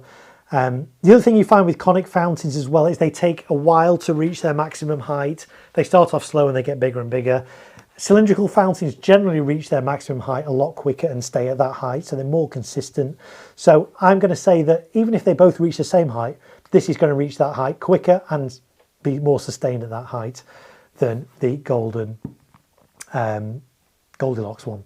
So there we go. So out of the two, if you're looking for height, I'd say this one's going to give you a little bit more height than Goldilocks, but they're both good. Would you get the Bright Lights fountain pack? Is that the standard fountain pack? The set of 5 low noise ones. I think that's called Bright Lights. Is that the one we're talking about? It's been under a few different names. Is that the one that's available at Tesco's? Let me know in the chat, Majestic. I think it is. I think I know the one you're talking about. There's a number of, I think it's known by Serene by some retailers. It's exactly the same pack. Standard have done it, different branding for all year round retailers and different branding for Tesco's to make it look like it's two different products and to allow retailers to charge a lot more than Tesco's do. They're identical. So if that's the pack you're talking about, then yeah. Charlie says agreed. I fired Goldilocks and it's more like 4 meters. Yeah, I say it's been a few years since I last fired Goldilocks. I was the first to fire it in the UK, incidentally. And it reached an impressive height, you know, but since then we've had the Monster Fountain, we've had this, and these surpass these in height. Maybe next year Celtic will bring out one of these that's got a bit of blue in as well, and it'll look very similar to the Goldilocks fountain. But these are beautiful, beautiful fountains. A Catherine wheel with these, yes, they would be impressive, wouldn't they, Craig? Yeah, absolutely. I got the Goldilocks. Yes, it's the one from Tesco's. Yes, I know the exact one you're talking about. The Bright Lights fountain pack from Tesco's, really good. It was first introduced by Tesco, I think 3 years ago now, and I think then it was £20 for like 5 fountains, long-lasting fountains, but all low noise. There's a jelly bean fountain in there as well, which is really nice. I bought it the first year it came out. I think I fired it in my back garden for bonfire night, one of my streams. Really nice. Since then, the price has gone up by £5. I think it's now £25, or was it 25? It's now gone up to 30. I can't remember. So it's gone up by £5 in the last couple of years. It's still a nice pack. There's some nice fountains in there. Really nice low noise. I say there's a jelly bean fountain in there, which is the first time I think there's been a jelly bean fountain in a supermarket fountains or fireworks at all. So yeah, it's not a bad pack. Somebody can, I've not looked at Tesco's this year. Somebody can maybe let me know how much that pack is for this year at Tesco's. Is it 25? Is it 30? But yes, it's a rewrap. In fact, I think I did. There's actually, if you search rewrap on my channel, you'll actually see me doing a bit of wrapping. There's a little introduction. And we looked at that, and I think it was Serene got rebranded too, but yeah, it's exactly the same. So it's available in a number of different guises. I started waterproofing today, says Guy Fawkes 05 or 05. I've always stuck with cling film. To me, that's most reliable. I've always been lucky with the weather for quite a few years, but always prepared. Yes, it's always good to waterproof. I always waterproof my cakes. For years, I've used cling film. In the last couple of years I've made the switch to pallet wrap, a little bit thicker, a little bit wider, but cling film works just as well. I've used cling film for years, and it's absolutely fine. The good thing about these fountain tables, because they're compact enough, so they're only like 30 centimeters by 30, so everything's quite densely packed. I can literally throw a bin bag over this once I've set this up on my display site, keep it all waterproof, and then at the end, well, I say at the end just before I'm about to fire, whip that off, and away we go. So I don't tend to waterproof individual fountains on my fountain tables for that reason, but the cakes for sure, yeah, they'll all be individually waterproofed. So there we go. So yeah, that's basically kind of, so boards A and B are going to be identical to boards D and E, but obviously with the golden showers swapped over on the other sides that they fire off in a different direction, everything else is going to be identical. The board in the middle, board C, is going to be pretty much identical to boards A and E, but without the golden shower fountains, because in the middle we're going to have the spinning fountain. So that's how those boards are going to work. Well, I've been going nearly 2 hours and I've not actually started fixing anything yet, but there we go. Oh, there we go. Kamara Brocade, Chris is here. Evening, Mark. Bit late to the party tonight. Hey, no worries. We're still going to be going for probably another couple of hours, and there'll be more streams over the next couple of weeks for sure. But thanks for your company, Chris, this evening. Nice to see you here in the chat. We're just doing some of my fountain boards for my little display that I do in Liverpool, where everything's category F2, so everything's quite small. We've just been working the layout of these fountain tables, fountain boards. The next stage is to get some support on these. Obviously, these are not just going to be resting on there, especially things like this that are very top heavy. We need to support these on these plinths. So there's a number of ways you can do that. I tend to use two different ways and they work quite well. First of all, I put some really strong double-sided tape, some like 3M really strong double-sided tape on the bottom of these. It just prevents any kind of shifting like that, but it's not going to prevent toppling. The other thing I use are frame ties. These things, in fact, we can probably show these on the close-up cam. I have a number of different lengths of these now as well. 3 different lengths. Let's put these on the, let's line these up in front of the, oh, that one's one of the ones, because sometimes you can bend these to different angles as well, which is useful. And I think those ones might be a little bit, let's get one that's not bent. Okay, so let's line these up in front of the close-up cam. Is that one going to stand up? I might need to bend this one a little bit to make this one stand up, or find another one that's slightly less bent. There we go. Okay, close-up cam in 3, 2, 1, go. There we go. Okay, so these are frame ties. These are available in hardware stores and Amazon and things like that. They're basically right angle brackets, but they are really useful for supporting both fountains and the larger ones actually for cakes. For my Manchester display that I was going to do last year, I bought these OSB boards. I've been able to repurpose one as a table, folks. But the idea was that I was going to screw these frame ties in, put your cakes up against it, and then gaffer tape around them, and then, you know, your cake's not going anywhere. So that tends to be what the larger ones are for. But obviously some of these fountains this year are quite large, so I'll use some of these larger frame ties to secure these as well, be struts for those. So 3 different sizes. If you're interested in what size these are, this one I think is 50 mil. Yeah, in fact, let's go to the overhead camera for once. There we go. So these little small ones are 50 mil by 50 mil. The reason I like these is because 50 mil is exactly the same width as gaffer tape. So if I'm jutting this up against a fountain, or even like a little cake in this case, my gaffer tape is going to be the exact same width as that frame. It's going to cover all of it, which is quite satisfying, really. So 50 mil ones, so I use a lot of those. These slightly bigger L-shaped ones, so they're square, 50 by 50. These bigger ones are, I think they're 50. They're 50 by 100, basically. So 50 by 100, so twice the length as those ones. These ones are longer. Are these 150 or are these 200? I can't remember. These are 150 mils, so again, half as big again. So 3 different sizes depending on how big or how top heavy the various things are. In terms of how many of these I use on each, again, will depend on the product. If it's a mine and it's got a bit of an oomph to it, I'll use more than if it's just a basic fountain. So things like the golden shower fountain, it's got a lot of weight in, and I'm going to do these at an angle. That's going to have a few. Things like that, because it's a multi-shot, that's going to have a couple. Things that are really small, like the Bengal Fugo flame, all it does is a flame, so there's not a lot of force, not a lot of power. That will be absolutely fine with just one of those holding that in place. So the next step is to kind of work out where these frame ties are going to go on these boards and screw them into position. Let's go back to the other camera. There we go. I do like this multicam setup. It's great, isn't it? I hope you guys like it as well. I'm pleased I invested in it. It's good. The Responder from Brothers, followed by 2 Fireworks Game Over is my finale this year. Yeah, those Fireworks ones are going to be good. The Responder from Brothers I've not seen, but yeah, anything like that.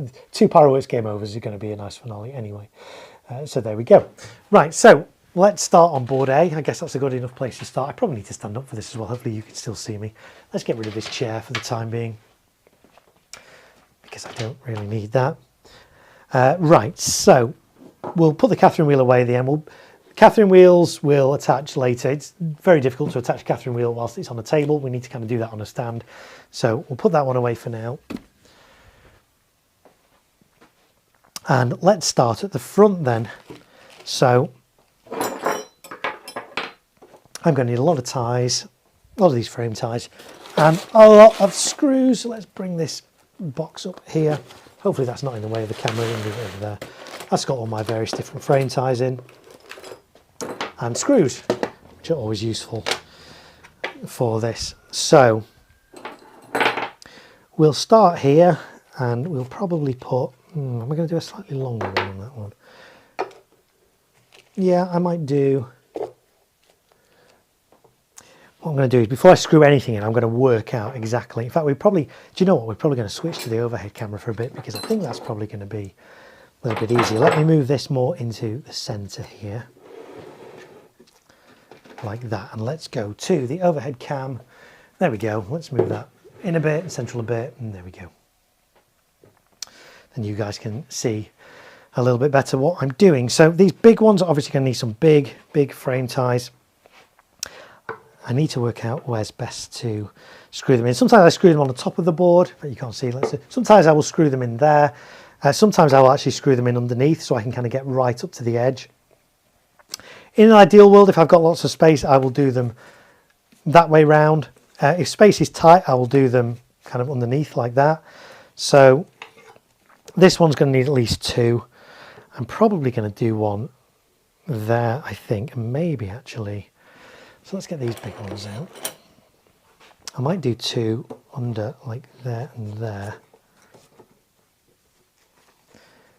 Or actually, I kind of want to get one in here a little bit, so I might get one in there.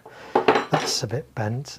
The reason why these are bent is these are great ways to get angles on single shots and things like that, so I will be using some of these bent in order to get the angle that I want on these golden showers. Let's try and get another straight one. So let's see where there's space to get that in. It's a bit, and this one's actually a little bit annoying because this one's got this on to give it stability, which is great. It does mean that it's kind of a little bit in the way of things. I wonder if usually these can, I'm going to see how easy this is to come off. Sometimes they're very well glued on. Sometimes they come off quite easily. Let's have a little look what this one's going to do. If they can come off, that would be easy. That would be better, because then I've got a bit more space on my board. The other thing, of course, you could do, you could screw through those if you wanted to. You know, make sure they're really down, put a screw and a washer through. That's then not going to fall. Obviously, of course, the glue has to be strong on these because you don't want them to topple. But usually, with a little bit of coaxing,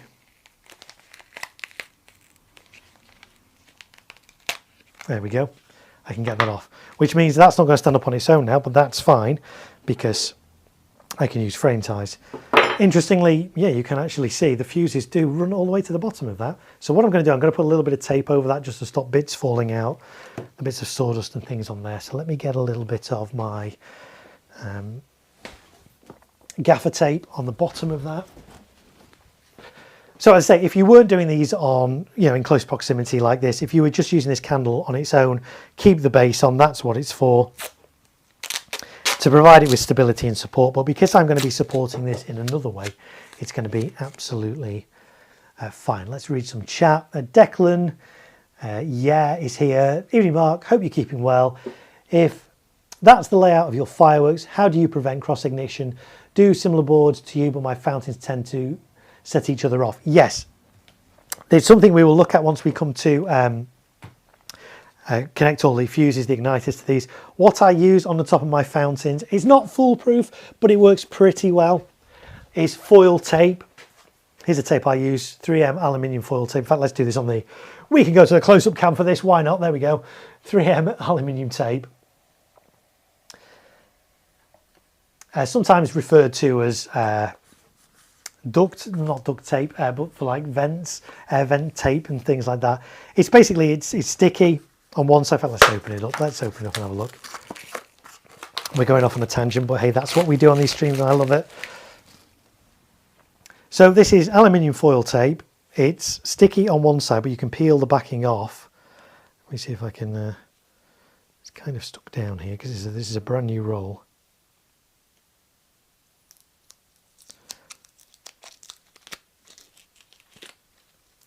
There we go. So it's got a backing you can peel off and it's foil on the top. So what I tend to do is I foil, once I've got my igniter connected, I will foil over the top of the fountains.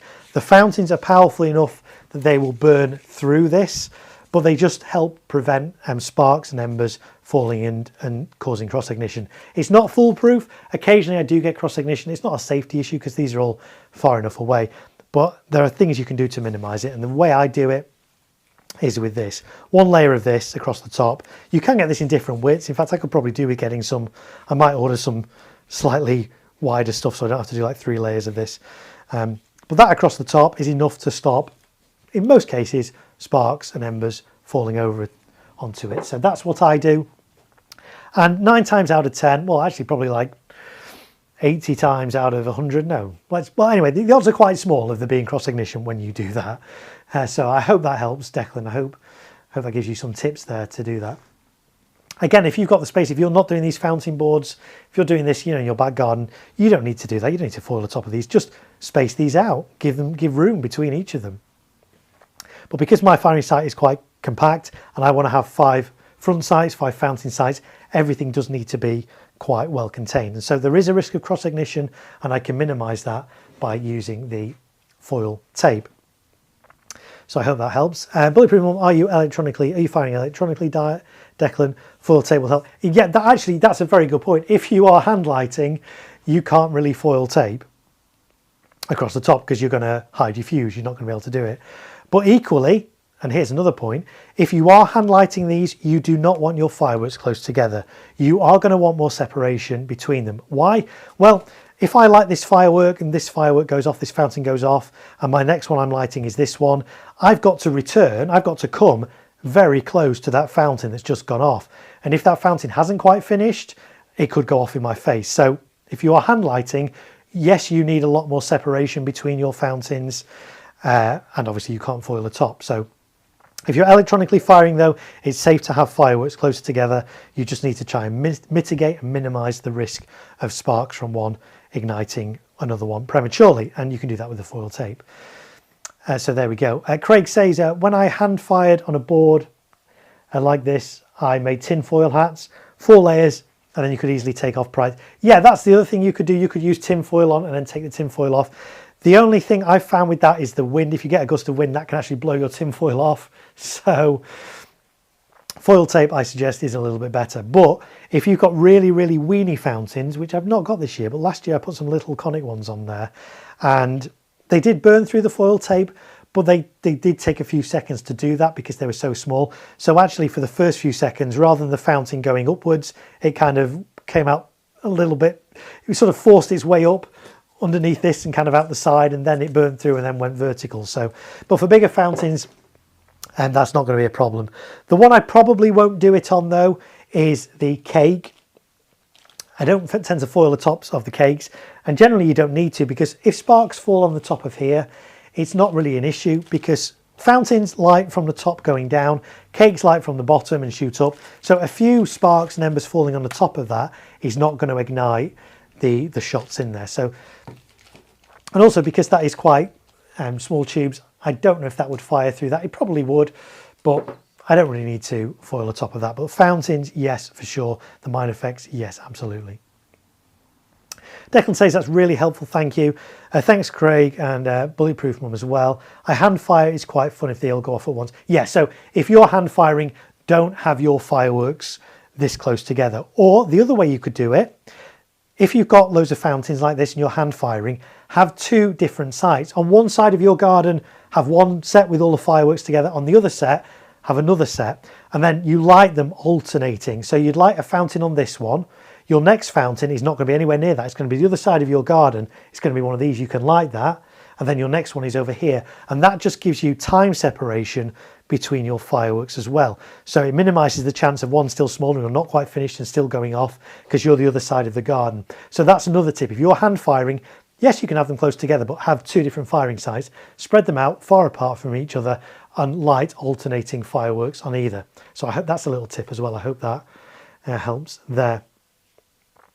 Declan, nothing beats the thrill of hand firing. Yeah, I agree. I do enjoy hand firing, and usually for my, certainly for my stream that we did on Bonfire Night last year where we did selection boxes, I hand fired those. And yes, there is something very nostalgic about hand firing them. But because I want to have 5 firing sites across the width of my display with things firing simultaneously, you know, hand firing that would be very difficult. You'd have to have 5 people all knowing exactly when they're hand firing things and all lighting them at the same time. And you know, before we had electronic firing systems, that's how big displays would do. You'd have all your cakes laid out in rows, and you'd have 2 fires, and they'd go around and light each firework kind of in conjunction with each other and do it that way.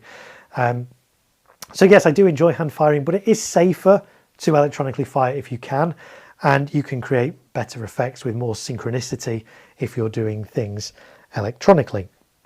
Anyway, there we go. We got a little bit sidetracked there, but we have taken the plastic base off the bottom of the Hallelujah one.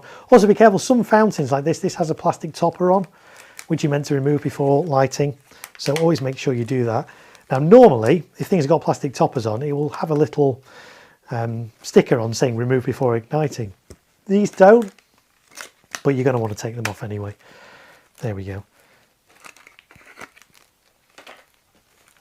So that's going to go at the back there. You could actually potentially go that way or that way. I'm not quite sure which way is best to put it. And probably a couple of frame ties. I can even do it at a slight angle like that, and one on the other side. Let's get one of those big ones. It might not actually, do you know what? It probably doesn't need to. I might be able to just do, there's not a lot of weight in this and it's not top heavy. As long as I put it, so the audience side is that way. So if I put my frame tie there, that's going to be enough. It just gives me a support basically to be able to gaffer tape around that. And with a bit of double-sided tape on underneath as well, that will be fine. So one on there. It's kind of leaning a little bit on one. It's probably because my boards are not, it's right over the joint of my boards. So I might just need to put a little bit of cardboard under there just to get that angle back up to the vertical, because it is leaning that way a little bit. But one for that will be okay. That's fine. Put that there because that won't stand up. Popcorn is quite vigorous, but it is only a fountain. I can probably get away with maybe 2 on that. So one there, one on the back there. So okay, let's start. We're going to start putting some of these on. I'm going to take some of these off, keep them in the same order so that I know where they're going roughly. And then that, and that, there. And we'll do my back row first. So the back row is going to have popcorn in this corner, roughneck in this corner. Again, this has got a plastic, let me get my little knife. Where's my little knife gone? A little plastic cover on it as well. Where do you ignite your Talon igniters from? So I will show you on one of these boards that I've not done yet. On the underside of my board, I use a Firetech firing system. On the underside of my boards, on the rear of my boards, I have a 16 channel rail. This connects to my firing system with just a normal network internet cable. So that's my fountain board. It would face the audience that way. That's what the little arrow indicates. So my audience are that way. I can have all my fountains on here and connect the igniters into these terminals here. Take it to site like that, then all I need to do is plug in a network cable and it plugs to my firing site, and that saves a lot of setup time on site on the day, because of course all my fountains are then kind of all pre-wired and all ready to go. So that's that. Right, so I need to start getting these in place. So maybe we'll start with popcorn here. So I need some screws here, and I also need my screwdriver. Working with power tools on a live stream is always a always a risk, isn't it, folks? But hey, there we go. Oh, I've just where do you get your Talon igniters from? I've read that. Okay, I misread that. Apologies for that. Jaden, where do you get your Talon igniters from? There's a number of retailers now that will sell you Talon igniters.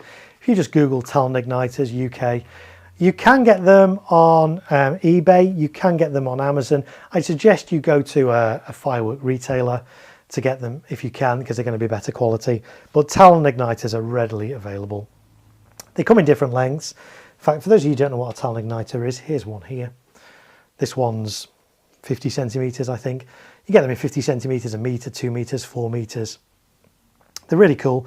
They clip onto your Visco fuse on your firework and then connect to your firing system. You put a voltage through there, a current through there. The little bit inside here, you probably won't be able to see it on the camera. Oh, you might be able to see it on the close-up cam. Let's have a look at the close-up cam and see if this can actually get... Oh, look at this. We're going to be able to see. I kind of need some white, but there you go. If I get a white background, can you see that little wire in the center of the grips there? It's like a little coil, and you put a voltage through there. That glows really hot, and it glows hot enough to ignite the Visco fuse. So that's Talon igniters. The other type of igniter that there is, which we don't talk an awful lot about on my channel because there is a little bit more hazard involved, are E-match or electric match. This is slightly different. You put a voltage through there and this creates a flame and you can ignite your firework that way. Don't talk about that too much because say it is more of a specialist thing, E-match. I do E-match, and a lot of this in this show will be E-matched, but I don't really talk about that on the stream because of course this is a family friendly stream, there's children watching and things like that. Talons are the safer option. E-match are perfectly legal, but you do kind of need to know what you're doing with them. They are more susceptible to friction. They can go off if if I was to get a pair of pliers and squeeze that, it could go off. So there's more risk involved in that. They're also susceptible to static electricity. They only need a very small voltage to set these off, whereas these need a bit more force. So these are a lot safer. This is always what I recommend. If you're starting off with electronically firing for the first time, Talon igniter is the way to go. Really simple to do. Clip them onto your fuse, connect them to your firing system, and away you go. What I would suggest is connect them to not just the tip of your Visco fuse, but as close to the entry point. In fact, let's just take the top off this one. We're going to be taking the tops off all these anyway. Let's take the top off this. You can see there's 4 tubes inside here. And there's the Visco fuse. So try and connect it as close to the entry point of the firework as you can. So on here, if I was connecting this, I wouldn't be connecting it to the very tip. I'd be connecting it as far down, as close to the entry point as I can. Why? Because then you're reducing the delay between the time you ignite the Talon igniter and when your firework starts firing. Visco fuse on fireworks typically burns about 1 centimeter a second. So here I've got, before it goes into the firework, at least 3 or 4 seconds. So I can reduce that delay by connecting this as close as I possibly can to the entry point, and that way there'll be less delay. Typically, I mean, I've used Talons for years. When I basically allow for 3 seconds, if I can clip this as close as I can, then generally I've got 3 seconds between when I ignite this and when the firework, whether it's a cake or a fountain, will start doing something. So 3 seconds is a good number to go off if you're planning, something and you want to get your timings and things right. Always keep the ends of the E-matches shorted or shunted until you use them. Yes, they do come. I've actually taken the case off this one, but yes, The wires on the end of it do come twisted together, and that will reduce, I don't know why I'm showing you on that camera, let's show you on the nice close-up. They're twisted together. Oh, let's find where the focus is, there it is. And that way you can minimize static. Once you separate those, there is a chance that you know, you could touch them, and if you've got, it's like when you touch something and you get a static shock off it, that static shock could be enough to ignite that, and obviously if that's in a firework, that's a risk. So always keep these shunted or shorted until you actually plug them into your firing system. So there we go. I need another drink, folks, because I'm doing a lot of talking here. Right, there we go. Okay, so we're going to attach this here with these big frame ties, which I'm going to screw into the underside of my board. So let's move that out of the way. Let's flip this board over like that. I'll put it on the edge, hopefully you can still see it. And I'm going to put a screw in here. I tend to use just one screw on these. It tends to be all that's really needed. If in doubt though, you know, use more. That's good. So that's me knocking a fountain on the floor.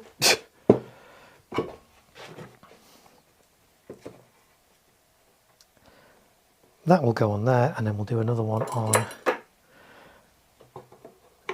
this side if we can. They can overlap slightly. Actually, I might be able to do one. I do one there. Let's have a little look. Oh yeah, that works. That will work quite nicely. And then we'll do the second one here. Turn this over again.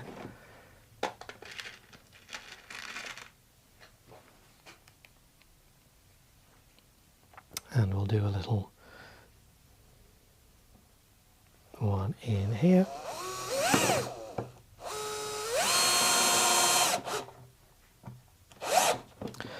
Like that. There we go. So I've got a couple of supports there for the popcorn fountain. 2 is going to be enough because I'm going to put gaffer tape around. I'm going to put double-sided tape on the bottom to stick that down there. Gaffer tape around. Can you see this? It hasn't come off. Gaffer tape around there as well. That's not going to go anywhere. I'm familiar with the performance of this. I know there's not a big recoil. I'm not expecting this to leap out or jump out or anything like that. And so gaffer taped on there will be fine. The other way you could do it is use cable ties on there. I personally prefer gaffer tape. Cable ties do have a tendency of melting. They don't grip on here as well as gaffer tape. If you're doing candles, anything with a shot, you've got to be really careful when you use cable ties. You don't pull the cable ties too tight. If you pull the cable ties too tight, you can actually choke the tube, and you can prevent the shots from escaping. They can explode in the tube and everything explodes outwards. So I tend to use gaffer tape more than I do cable ties. On big candles, I have got some bigger candles in this display. I will use cable ties and gaffer tape. If I do use cable ties, I will always put gaffer tape around them as well. So if I was to cable tie that, it would still be loose, it'd still be able to pull that in and out. But cable tie and gaffer tape around it, you know, if you want to be equally safe, that's another way to do that. So there's that fountain there. We're going to get this one in this corner. So I think I'm probably going to need another couple of these. Go there. Let's just put these all back. That's going to go at an angle. Oh, I've got this one to go in here, which I think I'm just going to do with a little, well, I say a little one, a big one. Maybe there. That's quite good. Yeah, well, it's going to screw one in. Let's move this forward a bit again so you guys can see. I'm going to screw that in there for that one. Oh, although that's going to screw in right on top of an existing screw. Let's rethink that. If we do it that way. No, I kind of want to do it that way, I think. So that's fine. I'll just change that and do that. Oh, that's going to be quite nice. If I do that, I can maybe also do one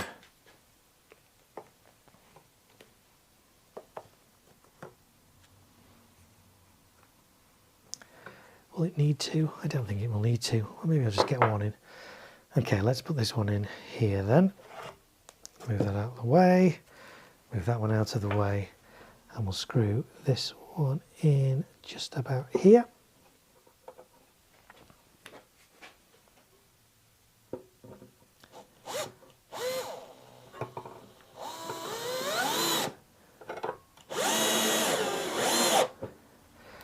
Like so. I don't know if I've got the right angle on that, but let's have a little look. No, I need to just twist that around this way. Let me unscrew it a little bit. That's the other reason why it's good to just put one screw in these frame ties, because then you can adjust the angle if you like that. If I had two screws in, I wouldn't be able to do that, but I can adjust the angle so it's right where I want it, and then I can screw that in tight and retain that angle if I use that the right way around. There we go. 3D printer guy says, not sure if I asked earlier or not. What do you use to switch cameras? It's a great setup with all the angles. Thank you. Yes, it's a GoStream deck. It's kind of, you might be able to just see it here in the corner off screen. But yeah, it allows me to switch between up to 4 different cameras and laptop input and all kinds of stuff. I can also do, let me see if I can, we can do this. Oh yes, oh, here we go. We can do this cool thing where you can actually see me and the overhead shot at the same time. How cool is that? There we go. So yeah, I say I've really upped the game this year. I hope you guys appreciate it. It's cost a fortune, but hey, I enjoy doing this. And these streams are really popular. I've been doing this for a few years now. And so I thought, you know, rather than just having one camera, because in the past, if you've seen the streams in the past, I've had to keep walking around them and coming up to the camera and showing you stuff. And it's never been quite in focus. And now I can do close-ups and overheads and all kinds of stuff. And that is amazing, says 3D printer guy. Thank you. Yes. It is quite cool. We'll keep it on this for a while, shall we? And then you can see me. I appreciate if I come too close, you're not going to see me. But if I'm too far away, I can't reach the fireworks. We perhaps need to tweak that at some point, but hey, it'll do for now. So yeah, there we go. So that's my new streaming setup, which I really like. That's going to go there, that's going to go there, that's going to go there. Oh, something was flickering then, wasn't it? Is that a little loose cable somewhere? Oh, there we go. We'll see. Hopefully it's okay. If not, we've got other cameras we can switch to. It's fine. But yeah, thank you. I'm glad you appreciate that. Right. Pom-poms, popcorn pom-poms is going to go pretty much slap bang in the middle. Might even be able to move that back a bit. Now that I've got rid of this great big base that was taking up a lot of floor space on my board, I can potentially move pom-poms back a little bit, which would be good. Because on the front, I've then got to get these in. That one, that one, that one, and that one. I don't think it really matters what order I do those in.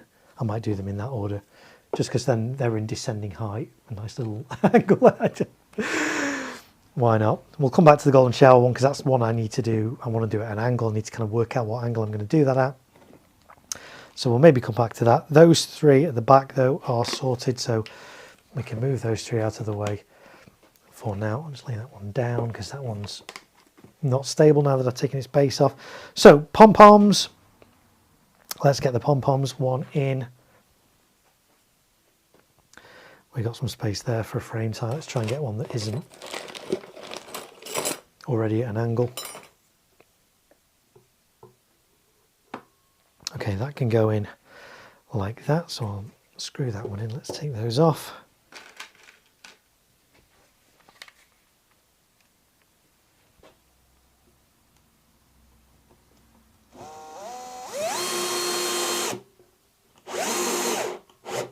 Yeah, and the good thing about the GoStream deck as well is I can actually stream straight from that to YouTube. I don't have to go via OBS or this, that, and the other. I can literally plug a network cable into the switcher, press go live, and I'm live. So it has meant I've had to kind of put a network cable into my garage and all kinds of stuff, but overall it works really well. This camera's still flickering, isn't it, occasionally? I'll tell you what, let's cut for a moment. Let's just cut to my front camera, and what I'm going to do, I'm going to turn this camera off and on again and see if that improves its stability. There we go, it's gone off. Let's turn this back on.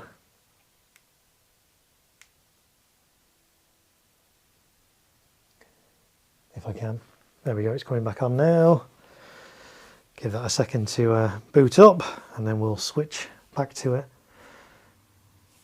in a second. Come on camera, there we go. Right, let's see if that's any more stable. Oh, there we go, it's blinking straight away. Yeah, never mind.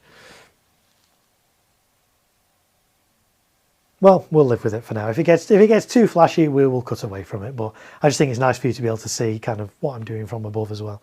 So that's that one. I'm probably going to do one on the back of that one as well. There's a bit of weight in that, but I just need to make sure it's not going to interfere with this one, which I probably need to do a second one on as well. 3D printer, guys, neat setup. Do you use webcams or actual separate cameras to link to the deck? They're all separate cameras. There's GoPros. I've got GoPros everywhere. So there's 3 GoPros. There's the one overhead. There's the one in front. There's the close-up one with a different lens and things. And yeah, so that's what we've kind of got. I don't know why this is flickering. It's really bugging me now.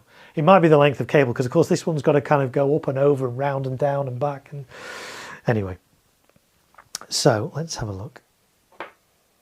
Probably, I would like to get another one on here somehow, and that might be possibly there,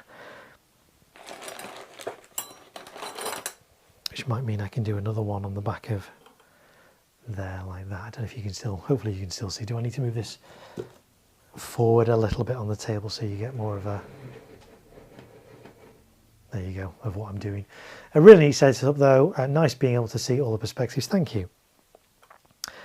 So that's potentially going to go there. Let's just work out where the ties are going to go for these other ones. That one can probably just have one underneath. Yeah, that's probably going to be okay.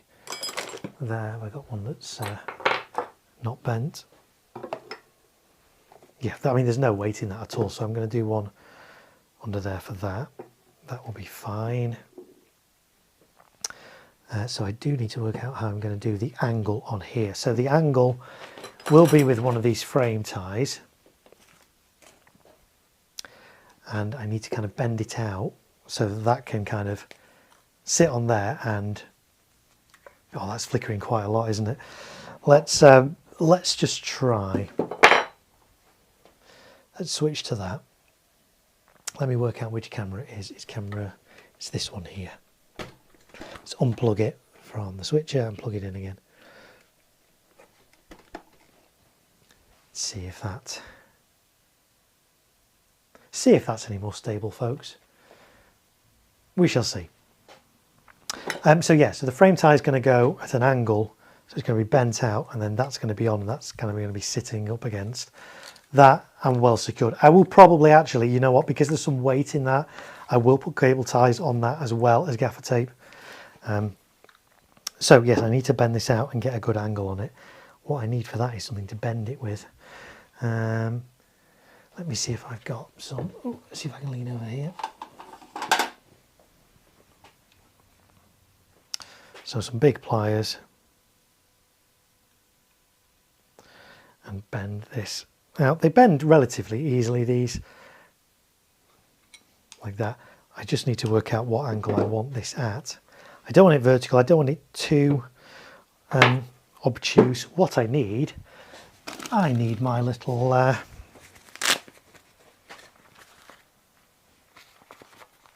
digital angle gauge.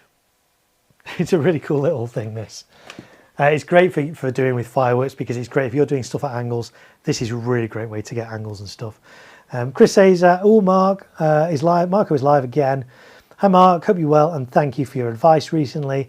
I can't sit and watch tonight, so hi and bye. I'll catch up with the stream during the week. Well, thanks Chris, thanks for being here. I appreciate it, and thanks for watching the replay later in the week. Right, so I'm going to just try and get some sort of angle on this. So the way this works, let me see if I can show you. It's going to show me error because it's not designed to be like that. I probably need to show you on the close-up cam for this. Let's go to the close-up cam. So the way this works, you can kind of see it. If you tilt it one way, it will show you the angle that you're tilted at. So there was 30 degrees, 20 degrees, and so on like that. So it's really, really useful. I use this a lot when I'm doing angled stuff to make sure, you know, all my angles are symmetrical and things. But I'm going to use it here to try and to work out what sort of angle I actually want this to be at. Here, so that's 30 degrees. That might be a bit much. Let's come down 25 degrees. Yeah, that's not bad. I don't want to go a little bit less. 20 degrees. Maybe going to go 20 degrees, I think, on this. Or do I want to go a little bit more? Should I go a little bit more? No, I'm going to go 20. Okay, so I want that at 20. I then need to get my frame tie to 20 degrees. So actually, I kind of need something a little bit longer. What have I got down here? Adam is here. Hi Marco, nice to see you again. I'm listening. Thank you very much, Adam. Appreciate your company. Okay, so I want to try and get this then to 20 degrees. Let's see if I can bend this like that. Let's see what that's on at the moment. Well, actually, I've got to assume that my table's level first. Let me reset this for my table. Oh, and it's magnetic as well, which is it's stuck to my frame tie. Okay, reset. Oh, that was hold. There's a reset button. There we go. So now that that's that, let's see what we've got here. So that's currently at 11 degrees, so I need a bit more of a... Actually, that's really cool. That's magnetic, because it will actually stick onto there and I can work out my angle as we go. So let me bend that out a bit more. It's actually better to bend it with this, I think.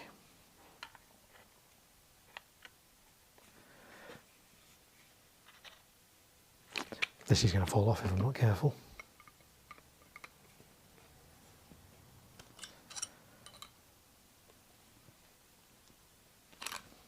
That might be a bit too much now, but let's have a little look. Oh, I've got that on hold. There's quite strong magnets on here as well. Right, reset.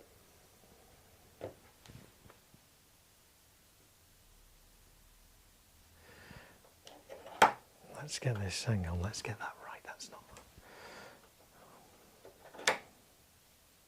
See, that's showing 7 degrees, that's not right. I need to reset it. There we go. It's showing 39 degrees when it's on flat. Reset. There we go. That's better. Okay, that's 32 degrees now, so that's too much. So we'll try and bend this. I wonder if I can bend this back as it's on here. No, probably not. Oh, there we go. Yeah, 27 degrees.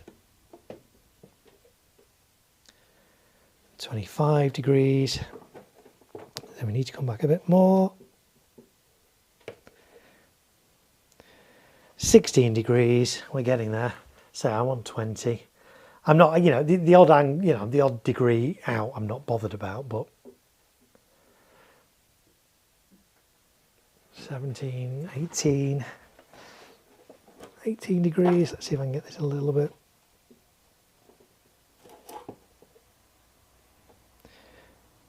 .15, that will do. I'm happy with that. Okay, so that's going to sit on there. In fact, actually, you can sit in a bit. I don't really need this sticking out the side. That could go in as far as that. Okay, I'm going to screw that one in and get that in place first.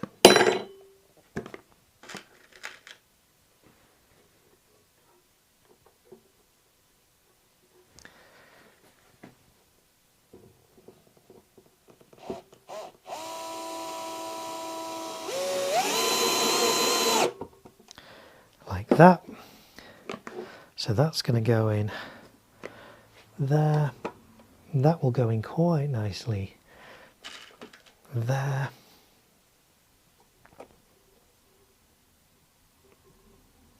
Let's get this one in.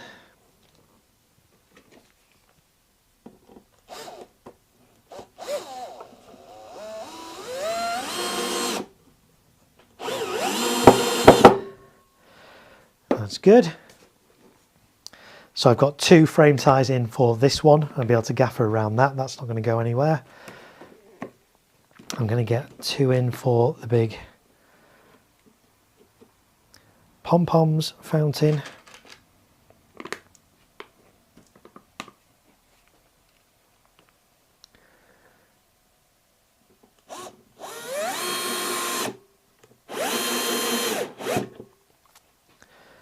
Like that. So that's going in there.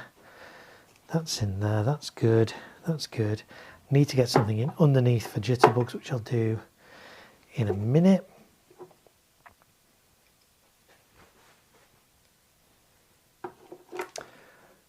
Chris says Marlow. Who is Marlow? Autocorrect. I knew what you meant, Chris. But yes, I know it's autocorrect, especially if you're on a phone. Oh, autocorrect. What a nightmare. Okay, that's going to go on there. That's going to sit on there really quite nicely. So I need to get these ones on the front. So I've got this red blink one. Now this one not only has a little lid, it has a whole, the whole thing's in a cylinder. Quite why, I don't know. But there you go, that's got a whole plastic tube on it. We'll find a use for that, I'm sure, sometime. So the red blink fountain is going to be there. And then I've got that one, which will have, that only needs a little one. Both of those only need little ones, so I might just do those like that for that one. And well, this one's a little bit more tricky because it's got this cardboard base on, again, to give it stability, but trying to get a frame tie butt up against it is tricky. The best way to do it is to try and do it like that, and then that also clamps down on that a little bit, but it might mean I need to move that back a little bit, which is fine. Oh, what I do need to get on here, I still need to get the white strobe on as well. Now, where was that going? That was going fairly close to that, wasn't it? So, let's just have a little think as to where I want that one. It could go behind the flame, couldn't it? It could go there. In which case I could do that one like that, and that would work. Flame there. That's going to need a big, long, say they're very top heavy, these, but there's not going to be a lot of force because it is just going to be effectively a flame. Adam says you have a nice selection of founders. I think you mean fountains. Thank you, yes. I do like to mix it up a little bit each year and not just do the same fountains year on year. It would get boring for the audience. I like to have a good variety as well, because also I sort of handpick these fountains because a lot of fountains can be very similar. You know, it starts off with a little bit of flutter and then just descends into crackle. And that's fine, but I don't want every single fountain to have crackle or to just be very, very similar. So I've tried to go for fountains that I think are going to be different and all do different kind of effects. And so that's what I'm trying to go for here. So let's see if I can get, that would be good if I could get that one in there. And on that side, which I can, that's nice. That's going to look, that's going to do the job. Okay, let me get those screwed in so I can see how that's going to work.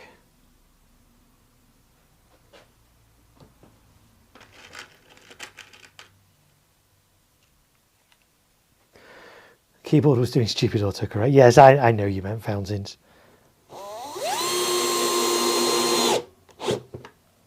There we go. That one's going to be for that one. Actually, that frame type was a little bit bent. Let's bend that one back up. That's good.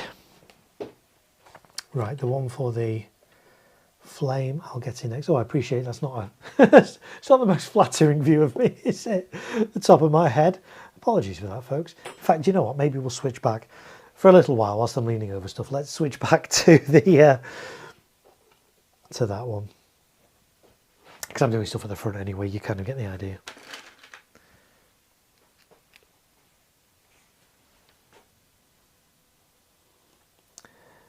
I'll screw this one in here. That's good. We'll screw the ones in for the flare. Is that a little bit close to the pom-poms? Yeah, maybe. So I'll move that out a little bit. Yeah, that will do. Okay, I need to move some of these fountains off to be able to actually get to screw these in.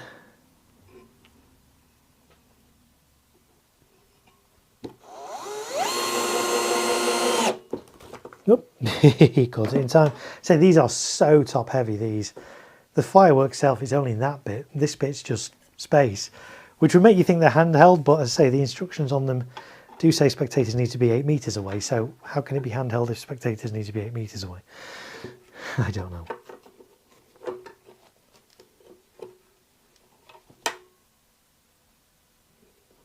Okay, that one can go in there.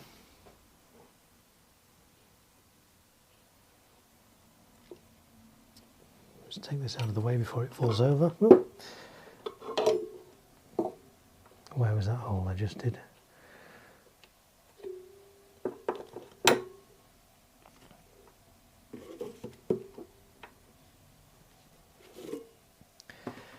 There.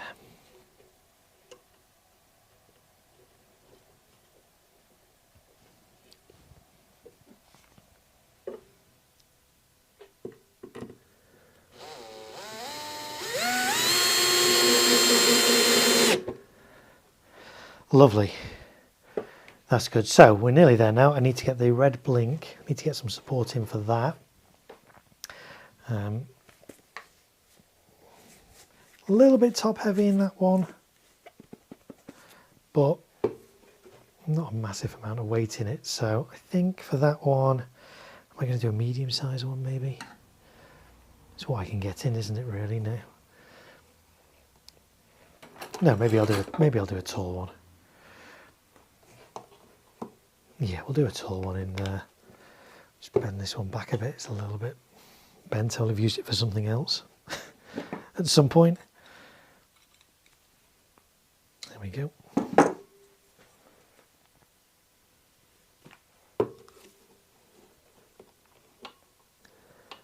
So yeah, that one can go in there quite nicely.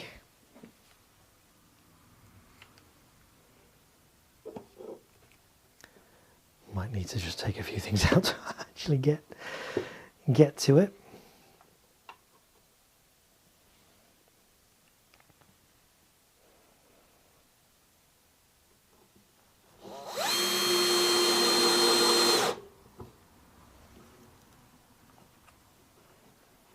It's pretty good. Okay, so we need to get the support in for that and support for that. That one I need to do underneath, which we'll do in a minute. This one, let's see how we're going to do that. Probably going to use a couple of these 50mm ones. And I'm probably going to use one. Am I going to use one under it? No, maybe I'm going to use one. Can I get one in here? It's where I can fit one in now. I can get one in there for sure.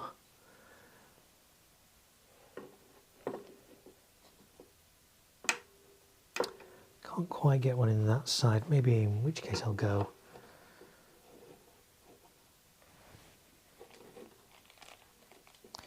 Yeah, I think I'll do it that way and go underneath.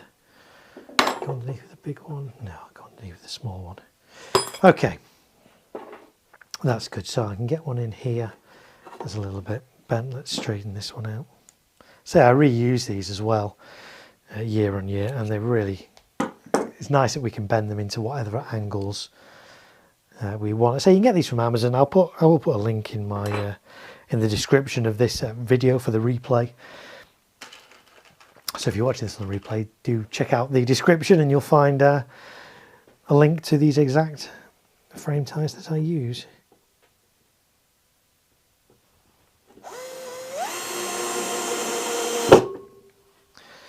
Right, that's great. So I think the only other two I need to do now are ones that are going to be underneath. So let's take all these various things off and hope we can remember where they go.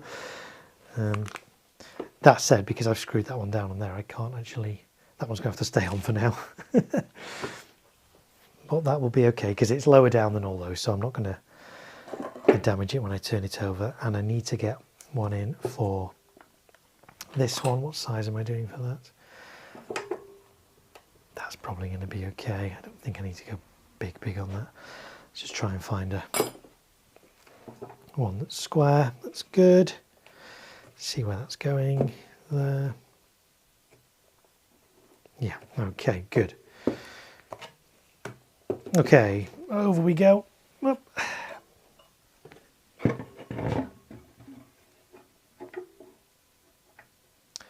And that's going to go in right there. Jaden says, catch you on your next live stream, off to the pub. Yeah, no problem, Jaden. See you on the next stream. Thanks for being here. Appreciate you coming. And don't forget, of course, when you come back from the pub, you can always watch the rest of this stream. You can go back and rewatch it anytime.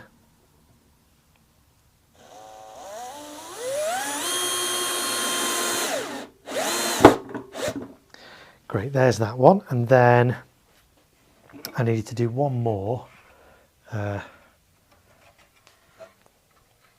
over here for the little pearl cake. Let's just work out exactly where that needs to be. So that's going to go on there. That's going to go there. Okay, great. Turn this back over again. And that's going to go in here.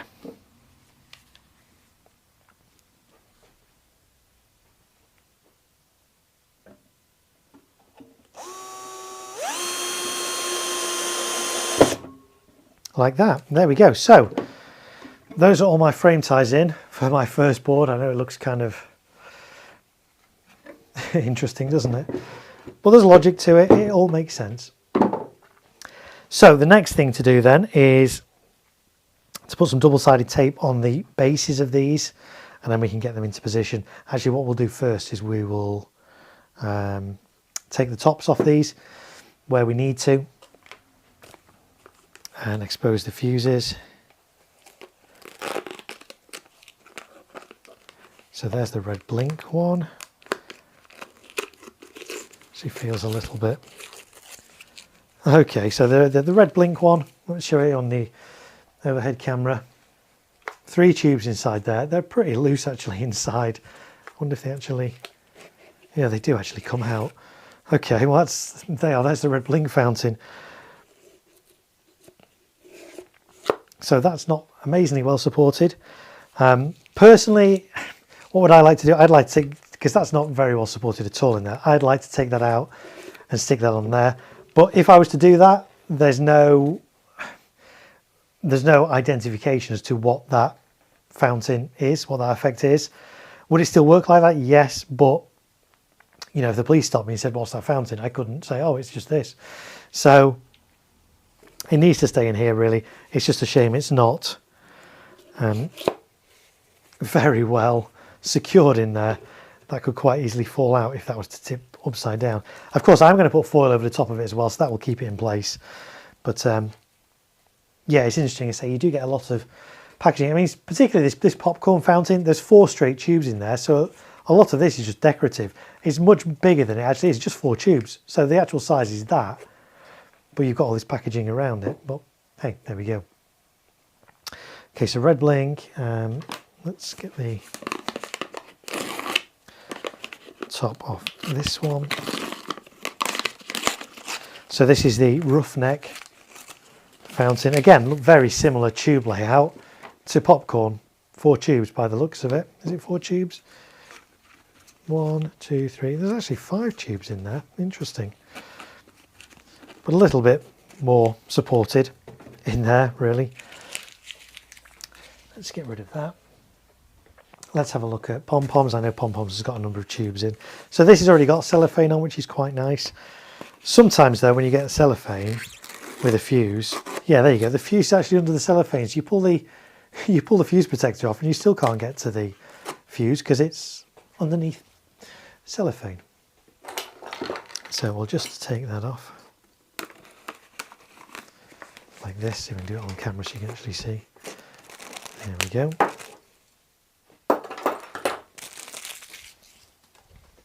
And then we'll take this paper off as well. So you don't have to take this paper off. It will fire perfectly fine without it. Well, with it, should I say. I'm just doing this to reduce the amount of debris that's going to be on my firing site at the end that I need to clear up.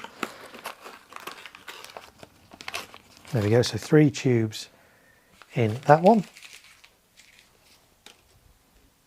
I did the Tropical Storm fountain from Jonathan's earlier this year as well. Very similar size, but that's got like 19 tubes in it. It's absolutely crazy. So there's that one. Let's see, I'm curious to see what the Jitterbug one from Cosmic is like inside. Let's release the fuse first.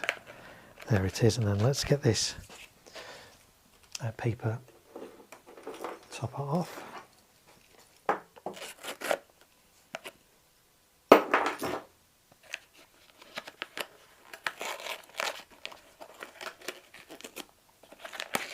So yeah, there's 2 tubes in here. The second one's okay, but the first tube looks, from what I've seen of the Cosmic video, I've not seen this in person yet, but the first tube looks really nice in this. So that's going to go there. Popcorn at the back. This one, let's open this. This is a candle bundle. Again, this is the same. You can't even remove the fuse cover on this because the fuse actual label is under the cellophane. Crazy. So we'll release that.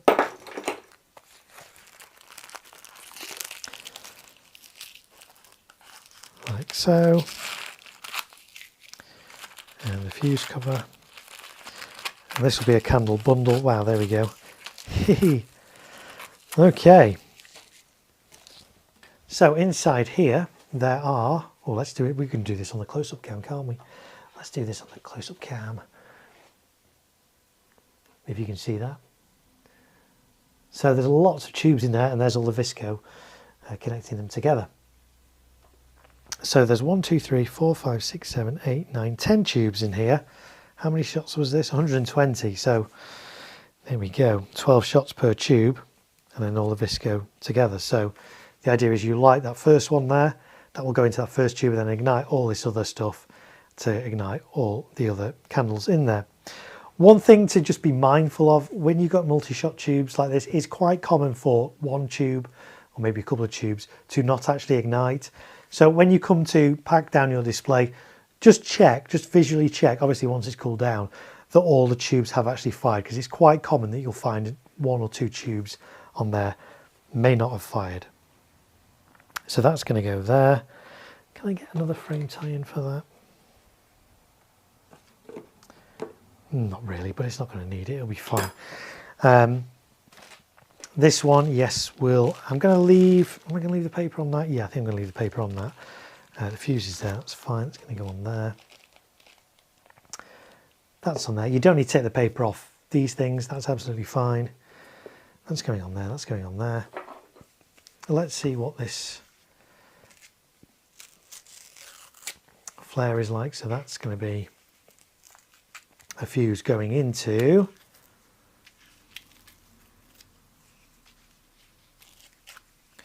okay, so a little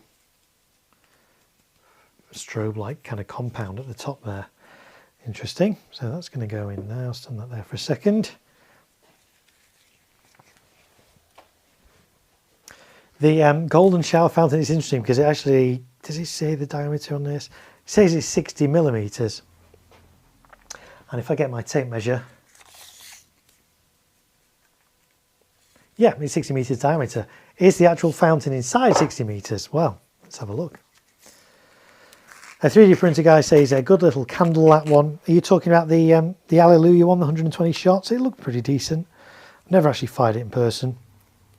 We've got 5 of those going off together, so I think 5 of those is going to look pretty impressive, I hope.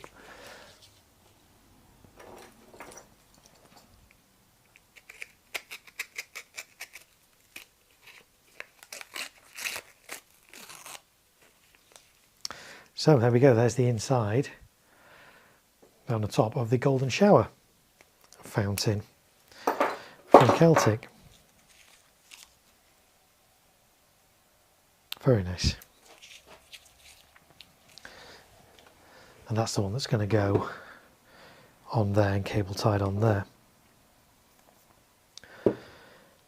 Okay, so I think we're about ready to start doing some sticking down of these.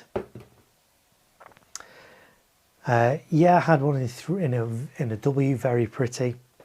Yeah, I bet that, do you know what, actually, ooh, is that giving me an idea? Given I've got 5 of those, could I do those in a V?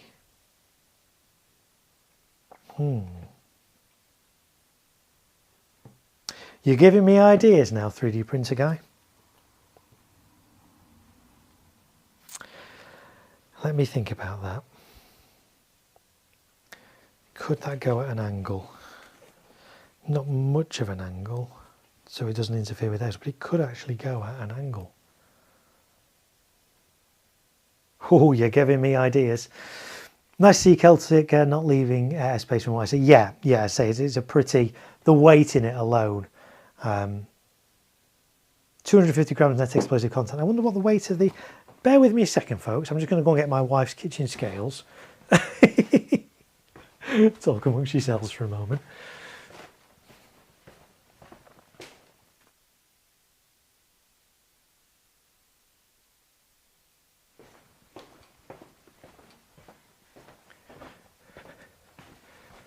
Right. Hey everybody, I'm back with my wife's kitchen scales. Yeah, I don't know if that video series would catch on. Let's have a look. What are we doing? Right. Let's see what it clocks in at. 654. And if you can see that, you can maybe just see that. 654.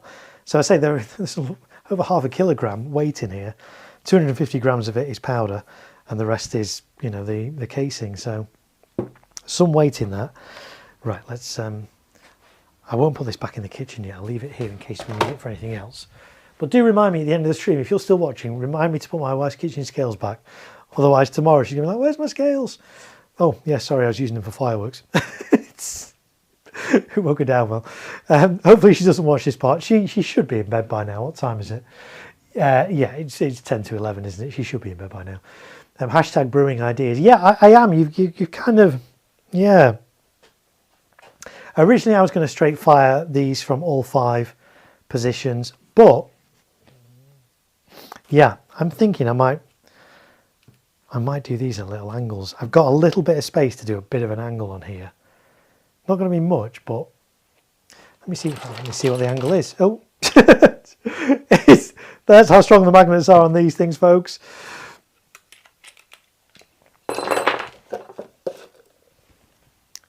Let me just see what kind of angle I could potentially get on here.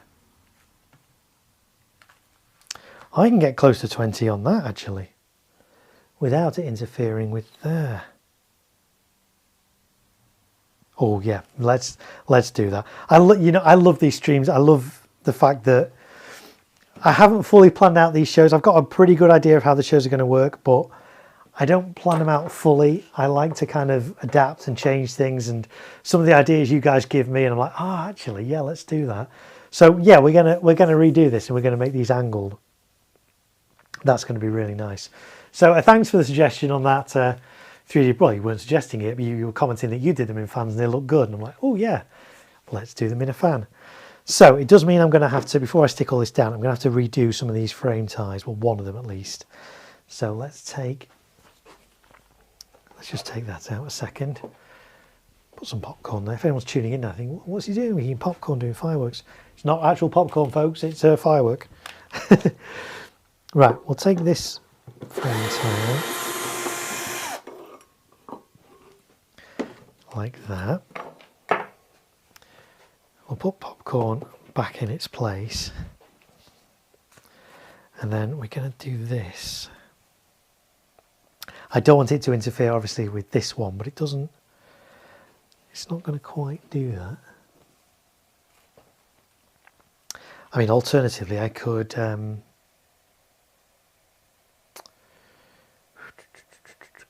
let's have a little think. I could move that to the edge of the board. I could redo that and do, oh, there's not a massive amount of space.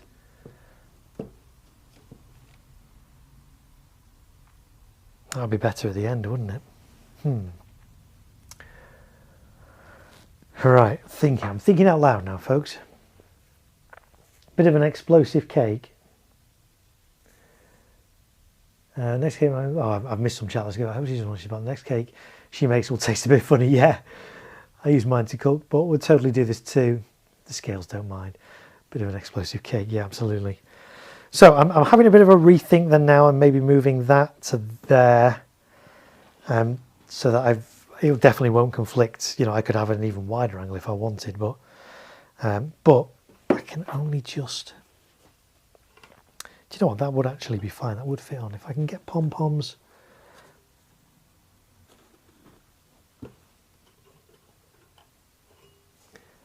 Maybe move pom-poms up a little bit. I think that'll be fine. I think that's doable.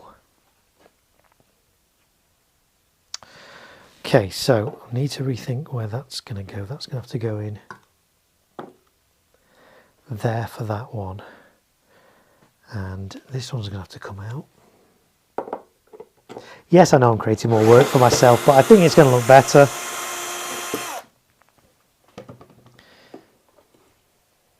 Give it a little bit more width to the display. So if that goes in there, that could go in there, and then I just need to think about, yeah, that would be fine. That would be fine. I could do it the same. I could actually do it the same angle as, because that was 20 degrees, wasn't it? I could do it the same angle as that. Yeah, I'm liking this idea. This is gonna work, I think, folks. This is going to be good. I'm liking this. See, if it wasn't for you guys, I wouldn't even have thought about doing these fanned. Well, I might have done, but it would have been an afterthought. So I am doing some stuff fanned, but yeah, this is gonna be good. So let's get this one in here. I need to get one in over here.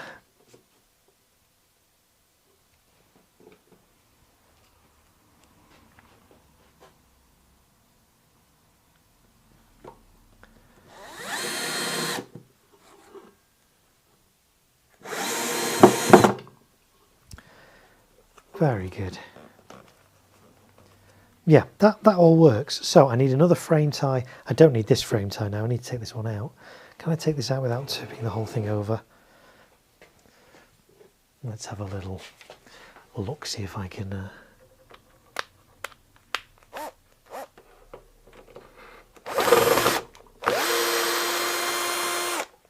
Yeah, I can. Great. That's good. So now I need a 20-degree frame tie. This one's had a bit of use, hasn't it? Still absolutely fine though. I'll just see if I've got any that are sort of pre-bent rather than bending a new one. Yeah, I have actually. There's one that's pre-bent. Thinking about it, I'm going to need to bend quite a few of these then. So am I going to want 20 degree on 20 degree? Let's have a... I think I'm going to do 20 degree on this one, but slightly less on this one. Or should I could do slightly more on this one, 25. Could I do 25? What height do these go to?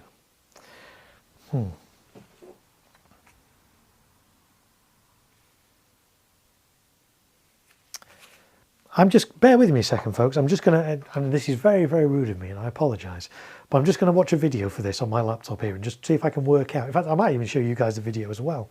I think we have the ability to do that. I just want to see if I can find a video of Leslie Fireworks. Hallelujah.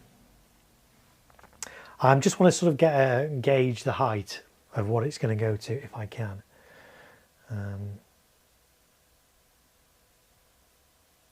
Let's get Leslie's official video up for it. Open a new window, drag that over here. See if I can make this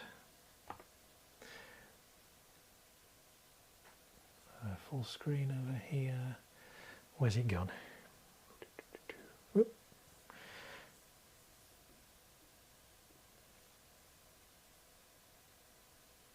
Okay, we'll try that again. Open new window. There's a window. Right. No, don't play for me yet. I've not got it full screen for the folks at home. Where's my mouse pointer? There it is. Okay, so we'll make that. Again, it's going to be difficult to tell from the video how big it's going to be, but actually let's see if we can get some, let me just check we're going to get some audio on this. Yeah, we should get some audio on it. Okay, right. By the magic of my new mixing vision mixer, I should be able to do this.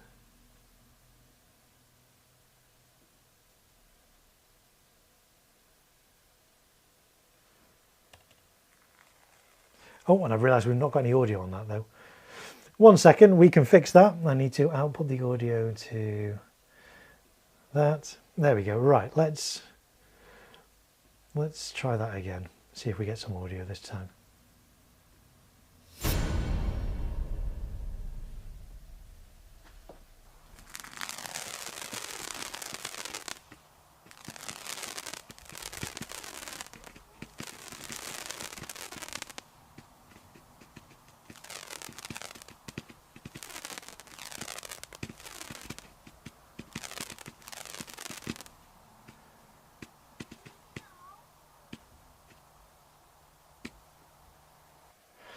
Okay, so yeah, a little bit difficult to judge the height on that from that video. I think I'll stick with 20. I think 20 and then maybe 10 on that one. Oh, there we go. Thank you. According to retailers' websites, they go 15 meters up. Thank you. That is helpful, 3D printing guy. That is helpful. I think I'm going to go 20 on this. If I find out on, just because like where my firing sight is, I do have a lot of width on one side, but on the other I'm fairly close to a building, quite a tall building. So I think I'm going to stick with 20. I mean, I could always, the thing is, the good thing about these frame sizes, I could adjust them on the day. If I wanted a little bit more of an angle, a little bit less than angle, they are adjustable. But I think we'll go with 20 as a starting point. So I need to get this one to 20 as well. Best way to do it is kind of get it next to this one and bend it out the same. I know I can use my digital inclinometer, whatever it's called, but I'm just going to do this one by sight. Hey, look at that. That's pretty spot on. Great. So we're going to have this one going off here.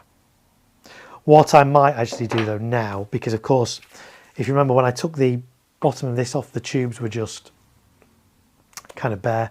Might need to just put a bit more support under that when I stick that down, just a little bit of angled wood or something like a little wedge, just to support the bottom of those tubes. We'll see, but for now, let's see where this is going to go. I can move that back to kind of almost there. Works quite well. Let's screw that in there. Spot on, says 3D printing guy. Yeah, I think so.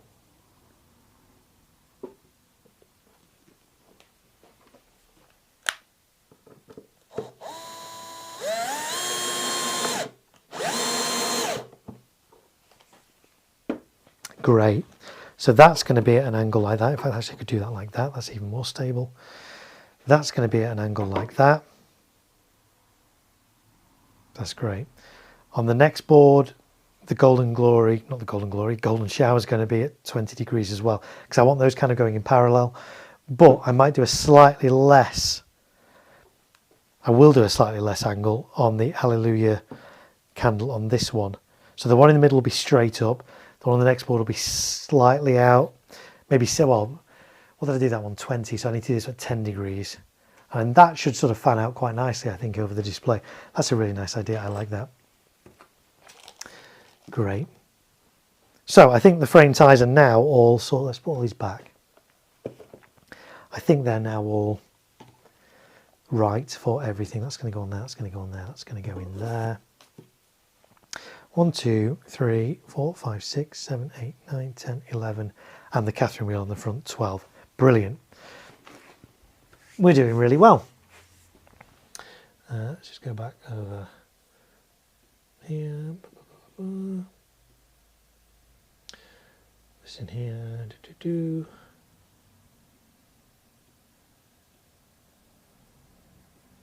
Okay, there we go. Good, we're all sorted.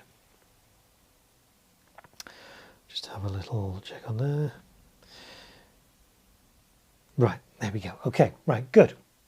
Right, and I'm also going to just take a little moment to just have a little drink of water. It's thirsty work, this.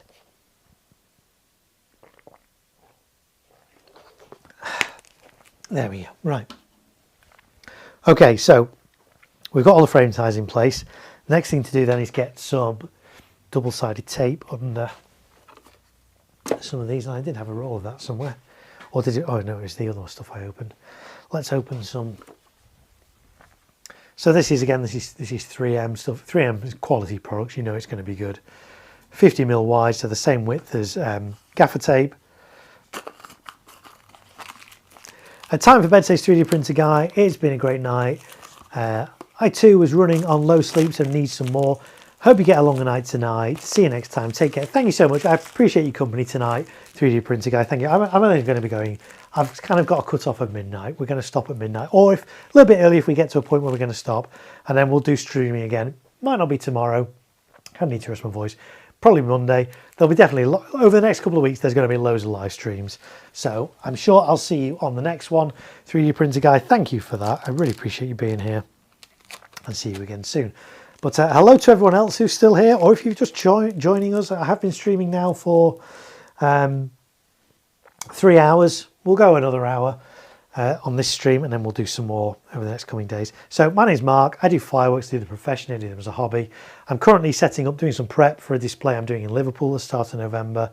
The more prep I can do safely beforehand, the better. Makes it easier to do that on site. And these are my fountain tables. So my fountain tables are going to be raised off the ground on speaker stands. There's going to be 5 of them across the front of my display. And let's switch to this camera so you can actually see me. 5 of these across the front of my display, all at different heights. So like a pyramid, so the outer ones are going to be lower. The next ones are going to be slightly higher, and then one in the middle is going to be higher. All with different fountains on and different effects. There's some candles on here as well, little cakes. And that's going to be the front of my display. Well, I said that's going to be the front of my display. There is actually going to be some ground stuff in front of that on the floor. We'll cover that in another stream.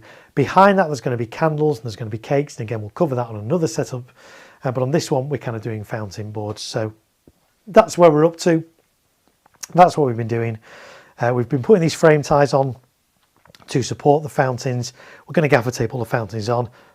But before we do that, I also like to put some some really strong double-sided tape on the bottom of these and stick them to the boards as well. I know some people, mainly in America, like to hot glue fireworks onto boards. I don't do that. I think there's a risk when you start introducing heat near fireworks. It's not great, and you don't really need to do that. You know, it's an absolute pain to then get them off again. This double-sided tape is enough to stop any lateral movement on here. We've got at least 1, if not 2 frame ties. Certainly around the bigger stuff, there's 2 frame ties. On the smaller ones, just 1. Frame ties, which kind of like a good anchor point for me to then gaffer tape around as well. And once I've done that, I would actually be able to pick this whole board up just by these fountains. They're going to be that secure. There's no way they're going to topple over or fall off. So that's what we're doing. So we're going to put some double-sided tape on some of these. Let's move this forward a little bit. We'll switch back to the overhead in a second. I need some scissors. There's some scissors. And hopefully you guys are still all with me and following what we're doing. And let me know, what are you up to this evening, guys? Let me know, or if it is this evening, it might be this afternoon for some of you. It might be Sunday morning for some of you. Why not let me know in the chat? I'm always curious to know whereabouts in the world you're watching from. I know we've got some people here from the UK, some people from America. If you're watching from a different country, please post it in the chat. I'm always curious to know where you guys are watching from. And whilst you do that, I'm going to be putting some double-sided tape on the bottom of these various fireworks.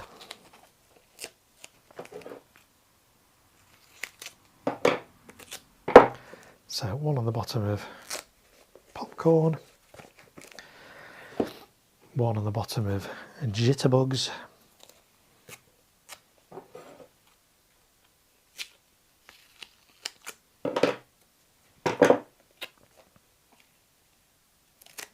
so this tape in it on its own wouldn't be enough to support these fireworks, but the combination of that and the frame ties and the gaffer tape is going to be more than enough.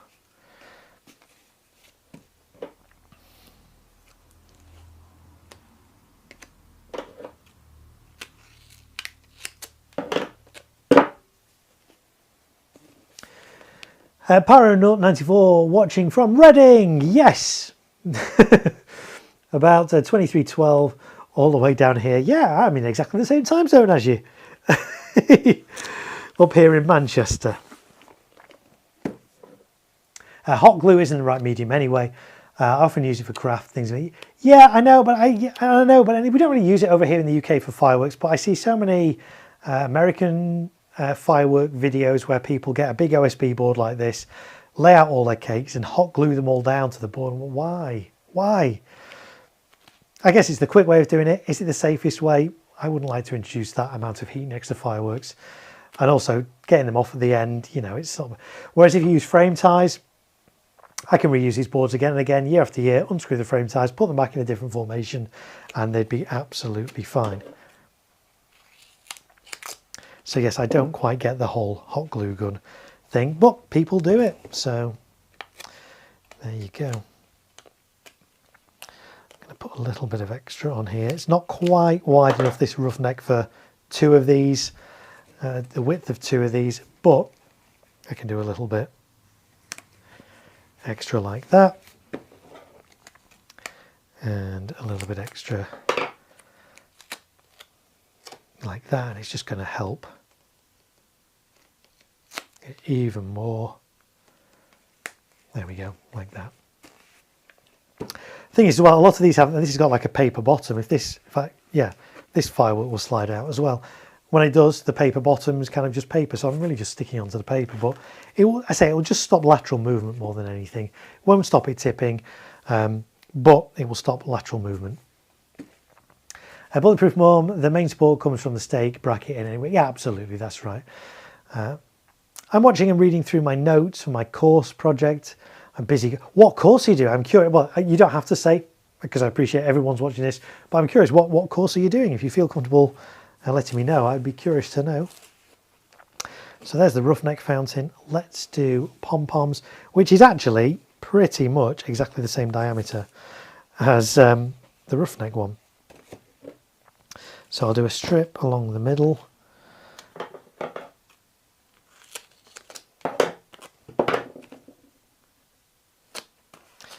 Like so, and a little bit either side.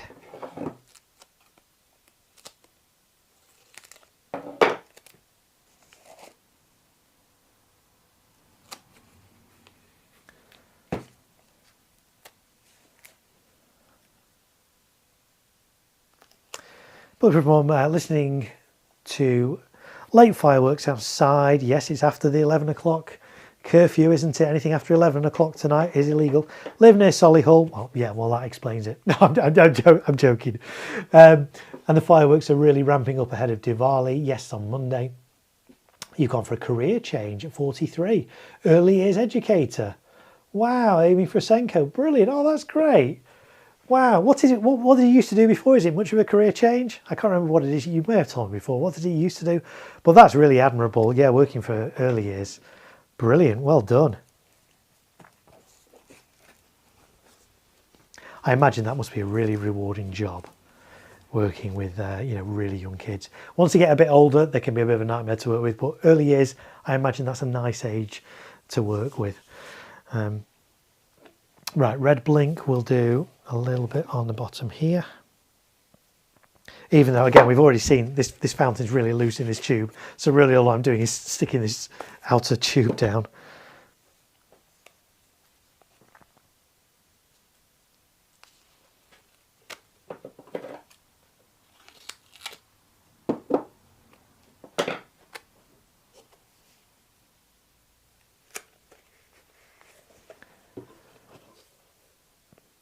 Okay, I'm not going to stick those. There's no point in me putting tape on the bottom of those because they're not going to be sitting flat on the board.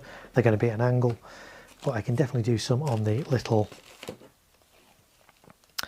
pearl cake. And if you're just tuning anything, why is he doing cakes on a fountain board?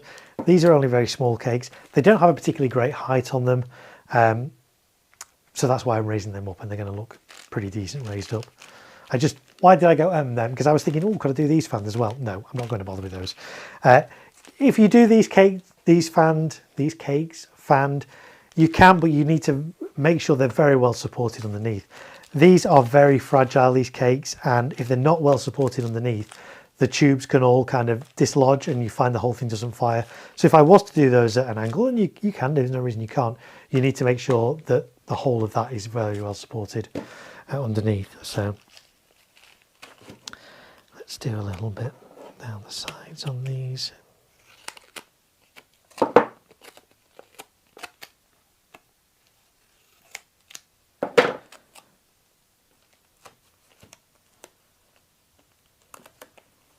Like so. That's in there. That one doesn't really need anything underneath. There's virtually no weight in that anyway. That's just going to be gaffer taped on there. That's already clamped down by that. Oh, we're going to go to the, there we go. That one's already clamped down by this little frame tie here. So I think that's everything for sticky stuff being stuck down. So the next thing we're going to do is we're going to actually attach these now to these boards. Kind of got to do it in a certain order because there's not a lot of space between these, so getting gaffer tape between them is going to be a little bit tricky. So we'll probably start in the middle row somewhere. Let me find my gaffer tape. Have I got some on the go somewhere, or do I need a new roll? I've got some on the go.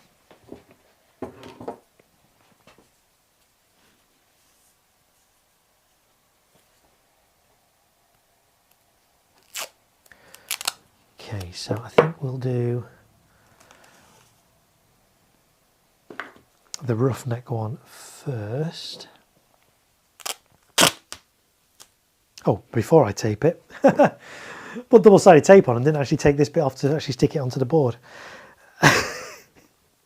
It's late, folks. It's late. I've had 3.5 hours sleep last night.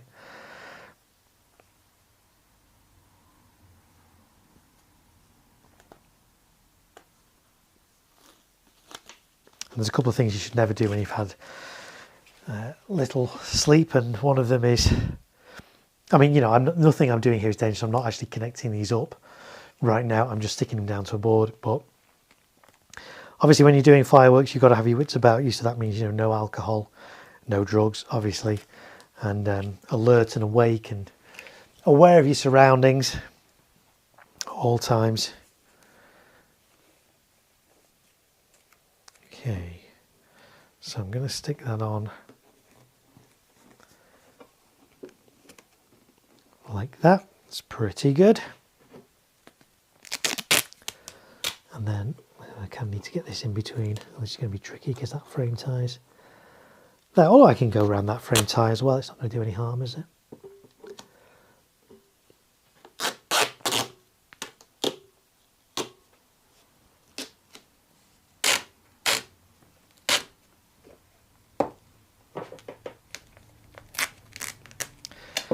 Do you have to use gaffer tape? No, you don't have to use gaffer tape. I like to use gaffer tape. It works pretty well. The other thing you can use is packaging tape, parcel tape. That's not as strong and that can melt really easily. Gaffer tape, yeah, it can melt, but generally, you know, the amount of heat that's going to be produced for the duration it's going to be produced, this gaffer tape will be absolutely fine. So you see already I could lift that board up just with that. And that's just with one bit of gaffer tape around. But I can easily, and I will, do another strip of gaffer tape a little bit lower down. I've got the height on the frame ties to do that, so I may as well.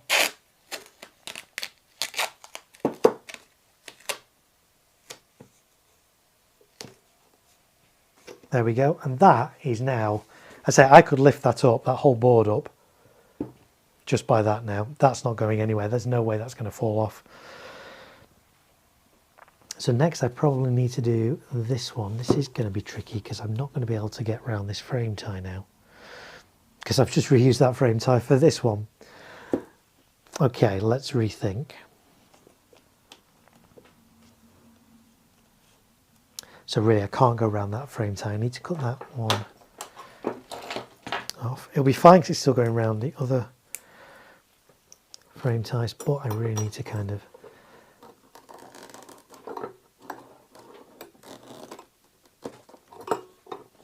release this frame tie so I can use it for the firework it's intended for.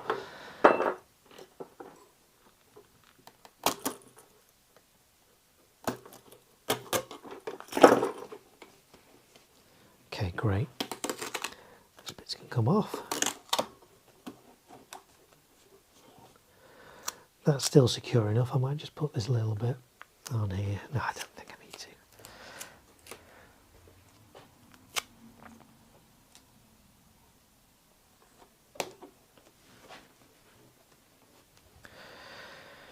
Okay, let's try and get pom-poms in here and get some tape around it. Oh, that's better if I tilt that like that. Sorry, I appreciate you seeing the top of my head again, folks. Not the most attractive thing to look at, I know. Okay, that's fine. So we'll take this bit off.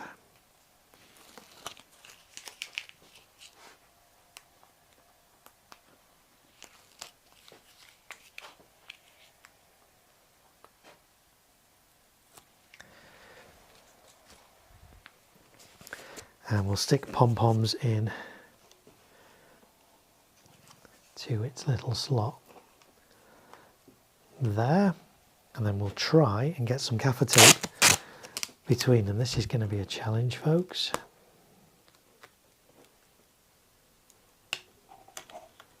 But I've done it. There we go. Let's get that one out of the way for a moment. We can come round here. I need to just rip this bit off, I think, so I can feed it around that frame tie. That's great, and then around there. Brilliant. That's good. Right, let's see if we can get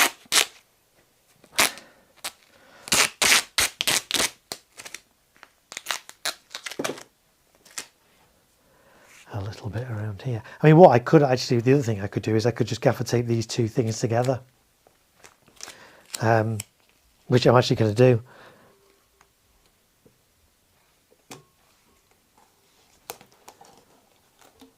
Around here. Apologies if my head's in the way again.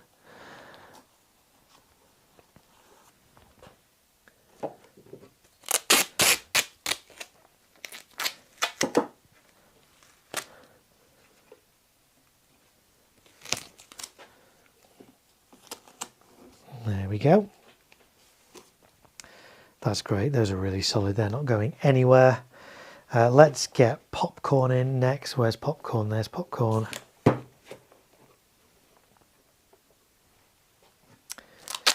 there.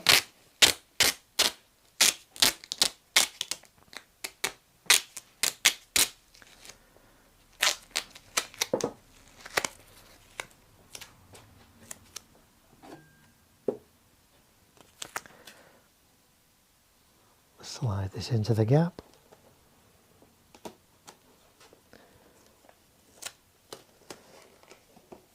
And around that goes. We'll get another layer of that in a little bit lower down.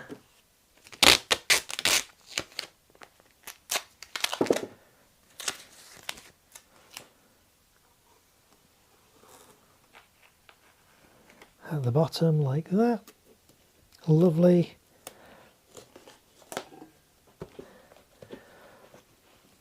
That's great, they're not going anywhere. Right, let's do... Do you know what though, did I take the... I don't know if I took the double-sided tape off the bottom of that. Never mind, it's not going anywhere. I will take the double-sided tape off this one though, jitterbugs.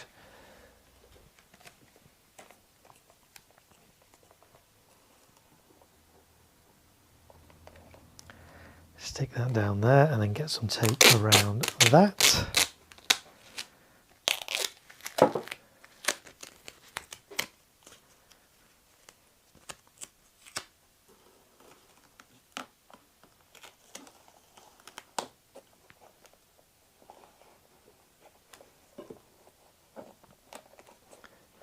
It's pretty good.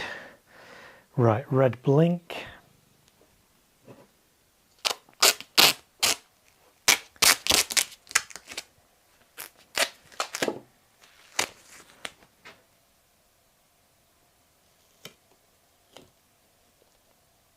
Oh, and I made the same mistake. I didn't take the didn't take the paper off the bottom.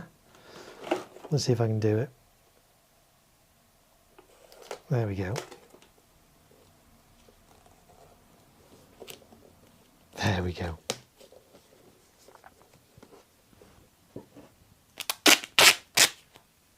Well, when we come to do the D-rig show where we take all this apart, we will find out whether I put whether I took the paper off the bottom of that one or not.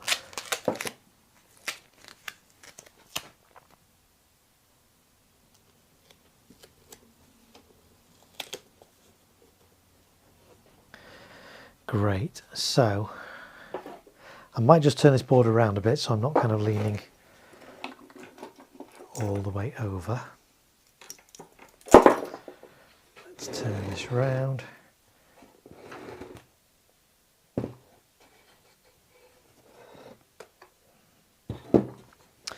Like so. So I need to get a little bit on that one.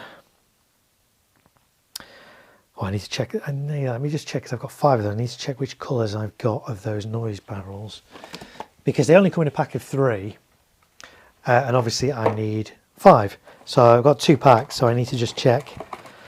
They've all got slightly different coloured tops. I have a feeling they're slightly different coloured fountains. Craig says that best of luck to Bulletproof Mum. I can't imagine that's easy, but sometimes the right answer isn't the easiest one. Yeah, you're absolutely right. So I've got a pink, a red, a blue, a pink and a blue. So the red one needs to be on C. So I can go blue, pink, red. Let me just put that there. And then blue on the end. So that's fine. Yeah, that can stay. That can stay as that is with the blue top. I say I can't remember that they are slightly different, and I think they've got slightly different colour flames. So I'm going to keep the top, so it's going to be blue, pink, red, pink, blue. So it should look symmetrical. They should be all the same on those. And then I've got the purple flare there as well. So let's bend that out a little bit. It's bent. Touch. There we go. We'll get that on there. We'll get that one on there.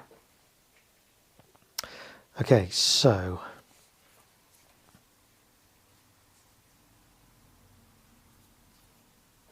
and thanks for still being here, Craig. Craig's been here since the start of the stream. He was the first one in the chat. So it's great that you're still here. We're only going to go, we're going to be going less than half an hour. In fact, we're probably going to, once we finish this board and taping everything down, that's probably a good place to stop for tonight. but we'll go a little bit longer because we've got a few more bits to tape down, and we'll get these angled things on as well.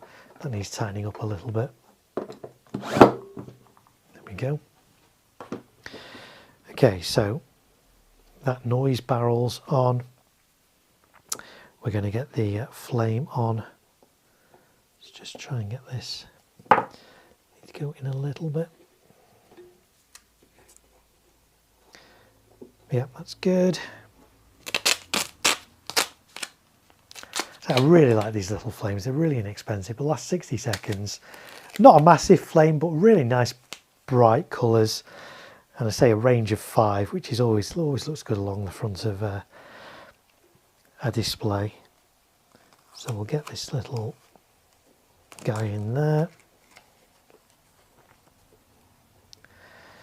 That's good. We'll get the pearl cake in. I'll remember to take all the double-sided tape off.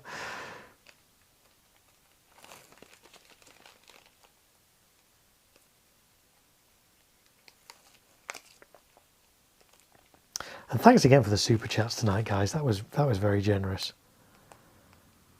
I do appreciate that, really do. Okay, so let's get this in.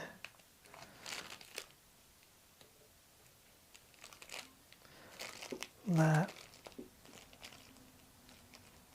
Craig says it's been fun. Do enjoy hanging out with you. Definitely missed the last 30 minutes or so of mine. 5 a.m. start. Oh, yours was a 5 a.m. start, yeah. But I had a little more than 3 hours sleep. Yeah, I'm jealous. I'm jealous. And it's great. I appreciate you hanging out with me, Craig. It is great to see you in the chat. And I say it was great to meet you in person, you and your family. It was lovely. Definitely have to do that again. Right, let's get a little bit of tape around here. Let's just get that at a slightly better angle. That's better. Great.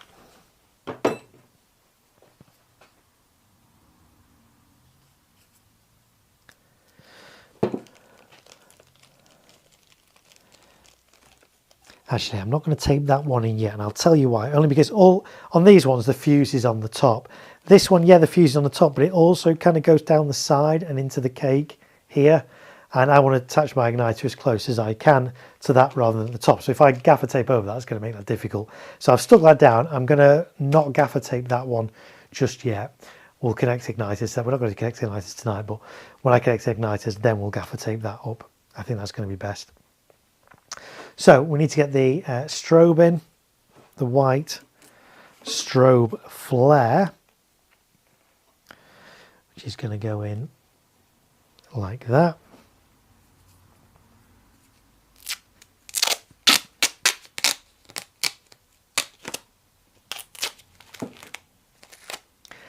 So I'm a little curious to see what that's going to be like. I'm hoping it's not going to be too smoky. It's not a smoke flare as such, it's a flame flare.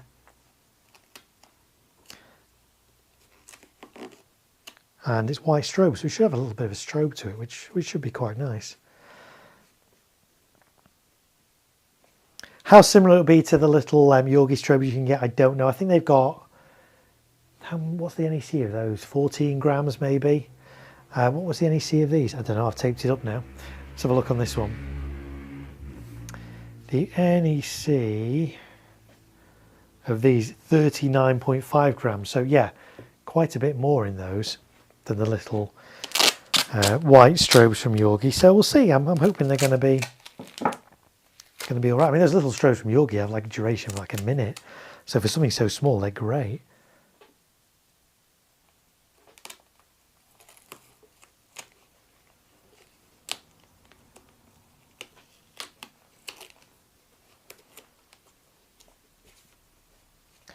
That's great. They're not going anywhere. They're nicely solid in there. So last two ones to get on here then are going to be the incredible golden shower.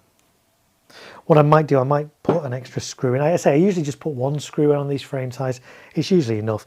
Because these are going to be an angled and there's some weight in that golden shower, I'm just going to put a second screw into this one.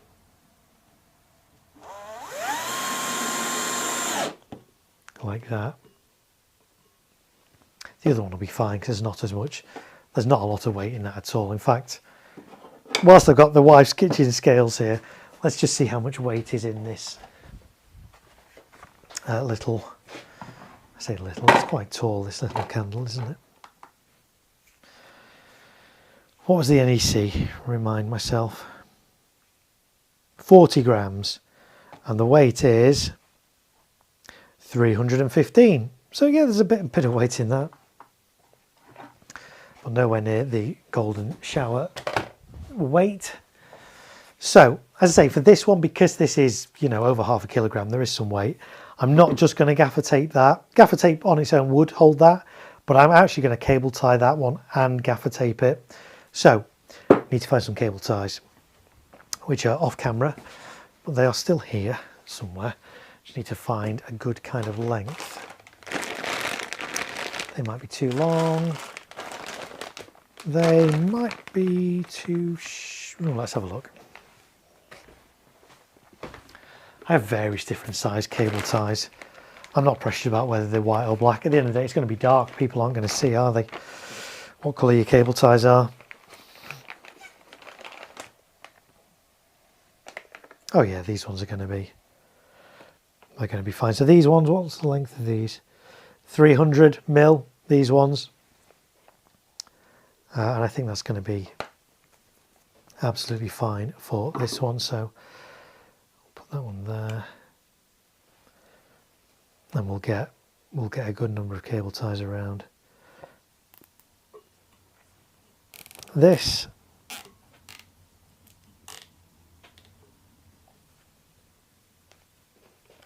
I say a good number, 2 is probably going to be all right, and then I'm going to gaffer tape around as well. Interestingly, these ones do actually say berry. They've got a berry line on them. Some fountains, some top heavy fountains, certainly cakes have a berry line. In fact, let's show this on the, let's go to this camera. Oh, not that camera. I was like, why is that not doing anything? Let's go to this one instead. There we go, that's better. Berry line. So yeah, if it's top, when it says top on a firework, that's obviously the firing direction. Berry line, that's one of the things you can do with these things, and that is to bury them to stop them falling over. This is, yeah, this is a little bit top heavy, so it could fall over. So what they suggest is you dig a hole and bury this, which for a fountain this size, yeah, you can do. But when it says it on cakes, great big cakes, you're not going to be getting a spade and digging great big holes in your garden, are you? So it basically means prevent this from toppling.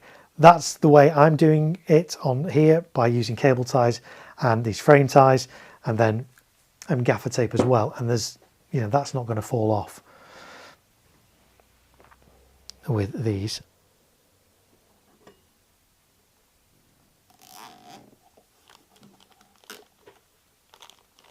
I might do 3. Let's do 3. You can never do too many cable ties, so we may as well do a third one.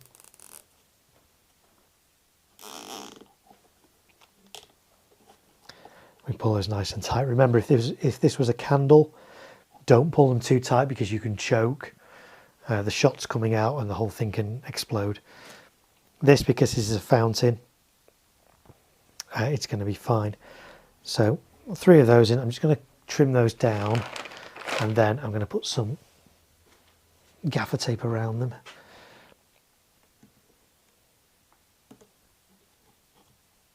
One, 2, 3. Right, and then where's the gaffer tape? There it is. That's something I remember from these streams last year. I kept putting things down like, oh, where's that? Where did I put that? I was like, oh, it's right there.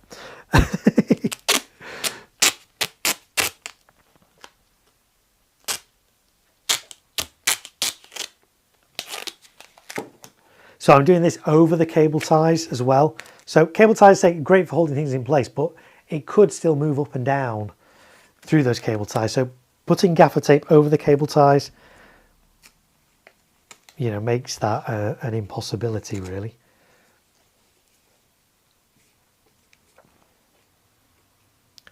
So there's one.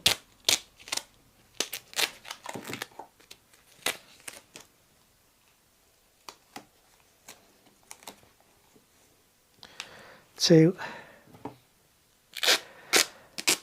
How much do you usually spend on your fireworks show? So the venue I do this at is a church, and they contribute an amount towards it, and I put something towards it as well. So don't really want to say how much I spend on this, but you know, you can.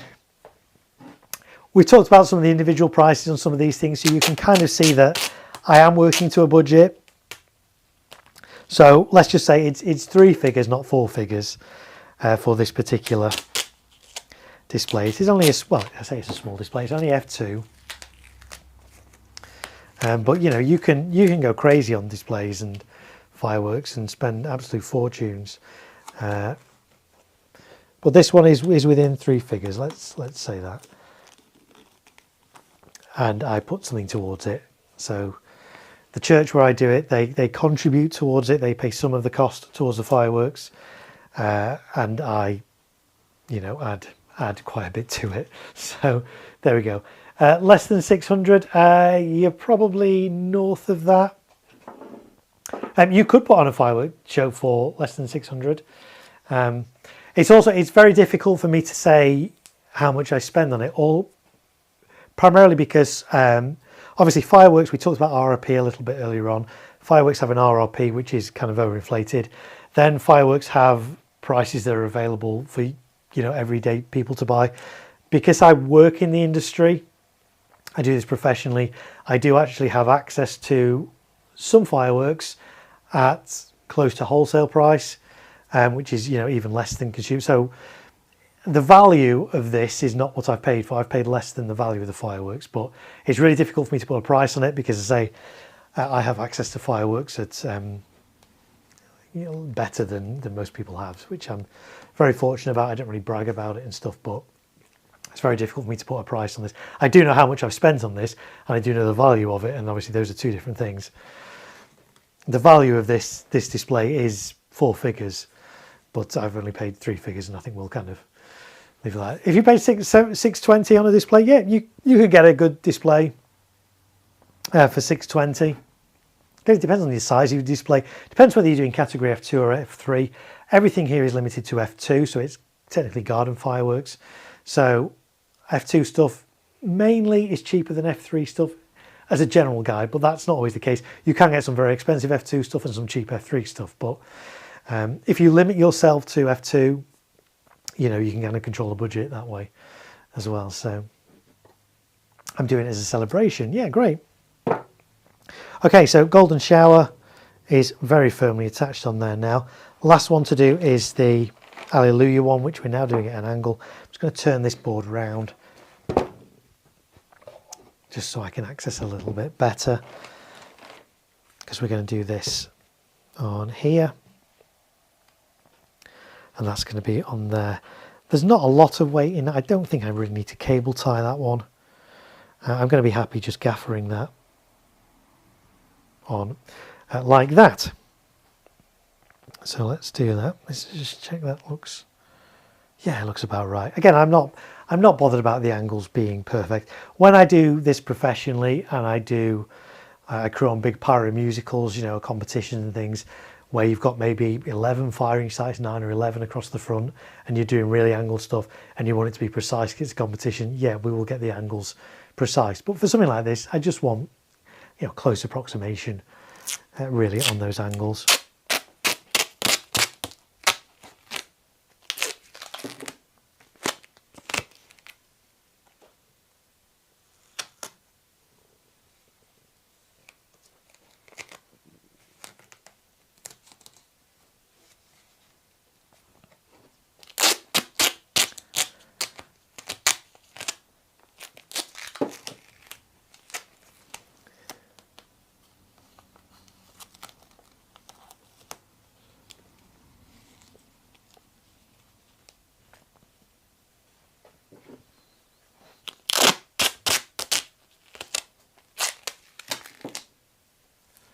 Craig says, at night all, I've tried to fight it, but I need to get in. Thanks, Mark. Catch you later. Yeah, I'm literally, after I've taped this one up, that's probably going to be the end of the stream. So thanks for making it. You made it nearly all the way to the end, Craig. I appreciate you coming in these past 4 hours, and hopefully we'll see you back here on the next one, which is probably not going to be tomorrow, well, Sunday, because I need to kind of rest my, talking for 4 hours is, I'm not used to it. I can feel my voice starting to go, so I need a day to recover. And then we'll probably do another one of these on Monday for sure, and there'll be lots throughout the week, the next couple of weeks as well. So hopefully see you again very soon, Craig. But thank you so much for your company tonight. Really appreciate it, mate. Give my regards to your family and catch you again soon.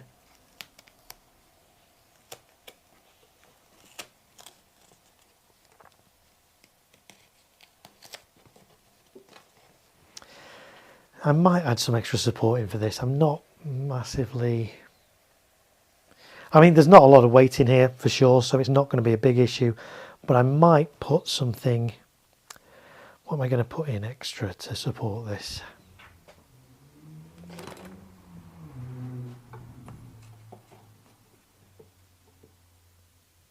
Yeah, I think I'm going to do that. I'm just going to put a frame tie in like that and gaffer around that. I know it's not at the same angle, but that's going to be more than adequate. So let's try and get that screwed in if I can.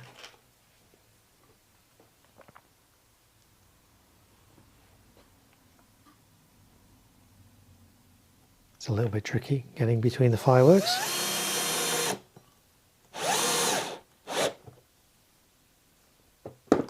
That's okay, I need to just bend that back this way a little bit if I can. That's fine, and then I can gaffer onto that, and that will be.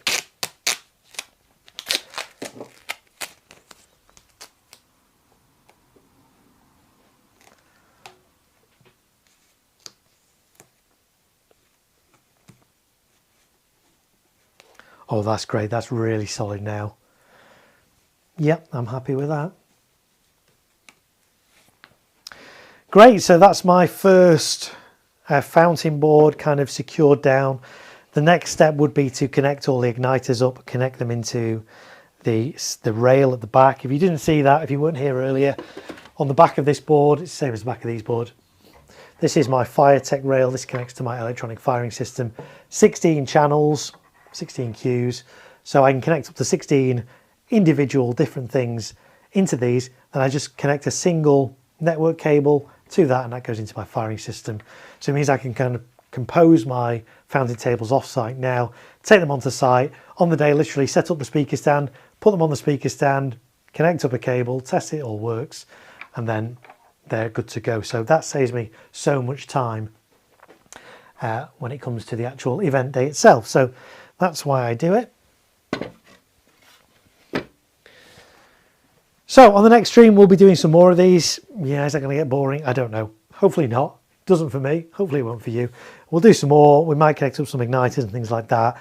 After that, we're going to move on to look at the cakes and the candles, how we set up those, how we waterproof those, how we make those safe, how we secure those, all those kind of things. There's also going to be some ground effects in this display, which are going to be quite interesting, sort of part of the finale. So we'll look at those and how we connect those up and how we make those safe and things like that. So lots more stuff coming up on my channel over the next 2 weeks, in fact. So if you've not already subscribed, please do subscribe to my channel and enable notifications, and that way YouTube will notify you just before I'm about to go live, so you don't miss a thing.